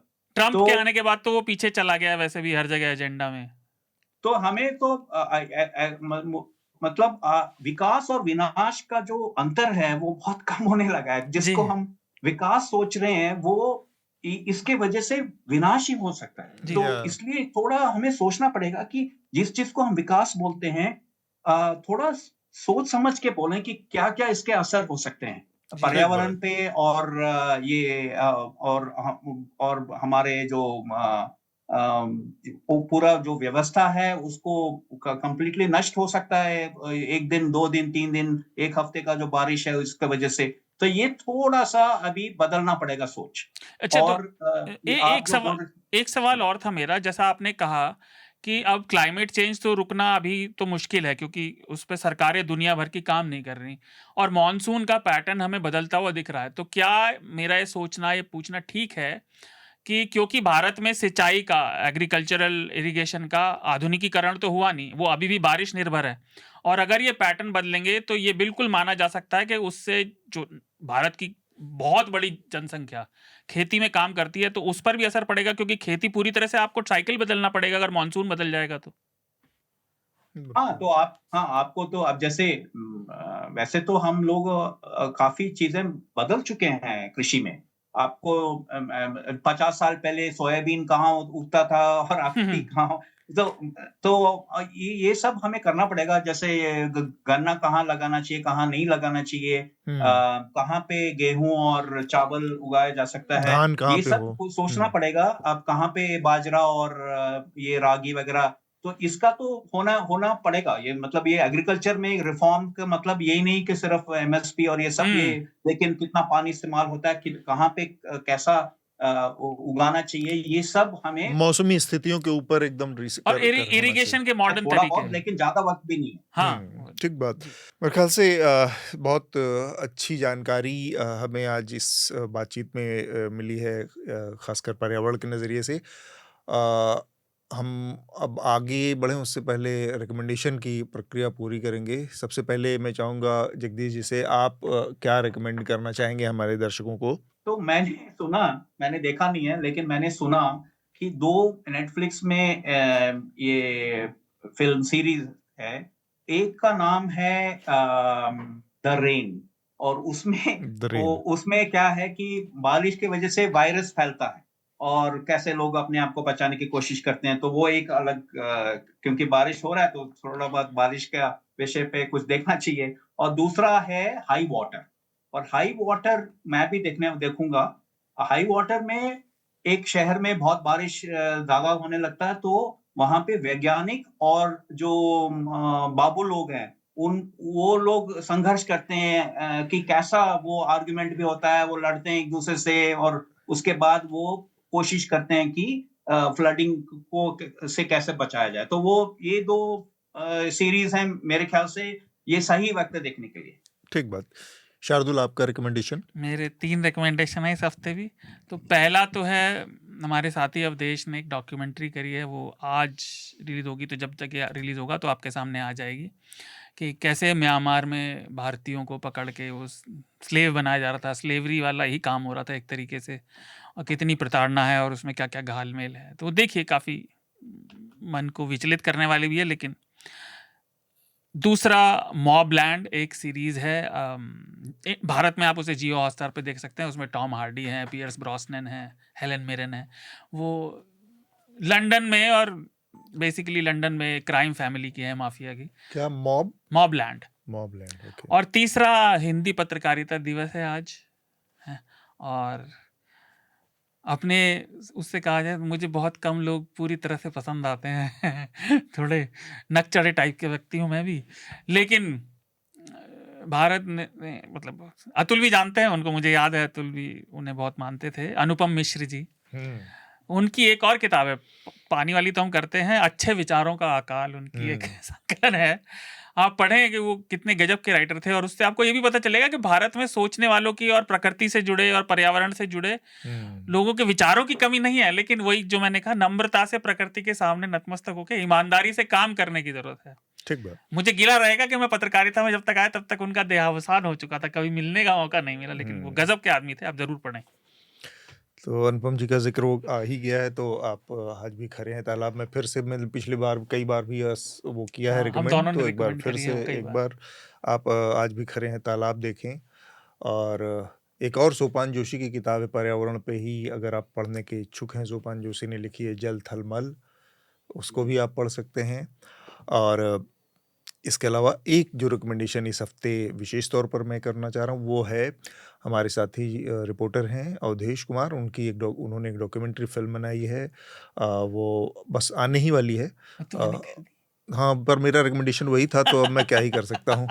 तो वो उसका नाम है फरेब की उड़ान, फ्लाइट टू फ्रॉड। ये बेसिकली साइबर क्राइम के तहत जो भारत से बाहर गए कमाने लड़के और ट्रैप हो गए युवा हैं, उनकी कहानी है। उसमें से कई सारे लोगों से बातचीत है, और कैसे उनको फिर पहले नौकरी का झांसा देकर ट्रैप किया जाता है, फिर उनको बुलाया जाता है कहीं एक किसी शहर में दूसरे देश के, और फिर उस दूसरे शहर में बुलाकर नौकरी के बहाने उनको किडनैप एक तरह से कर लिया जाता है, और फिर बंधक बनाकर उनसे साइबर क्राइम करवाया जाता है हिंदुस्तान में की जनता से। तो वो हिंदुस्तान के लड़के विदेशों में जाकर और उसके हिंदुस्तान के लोगों से ही साइबर ठगी करते हैं। और दिलचस्प बात है कि बहुत ऑर्गेनाइज तरीके से होता है ये सब।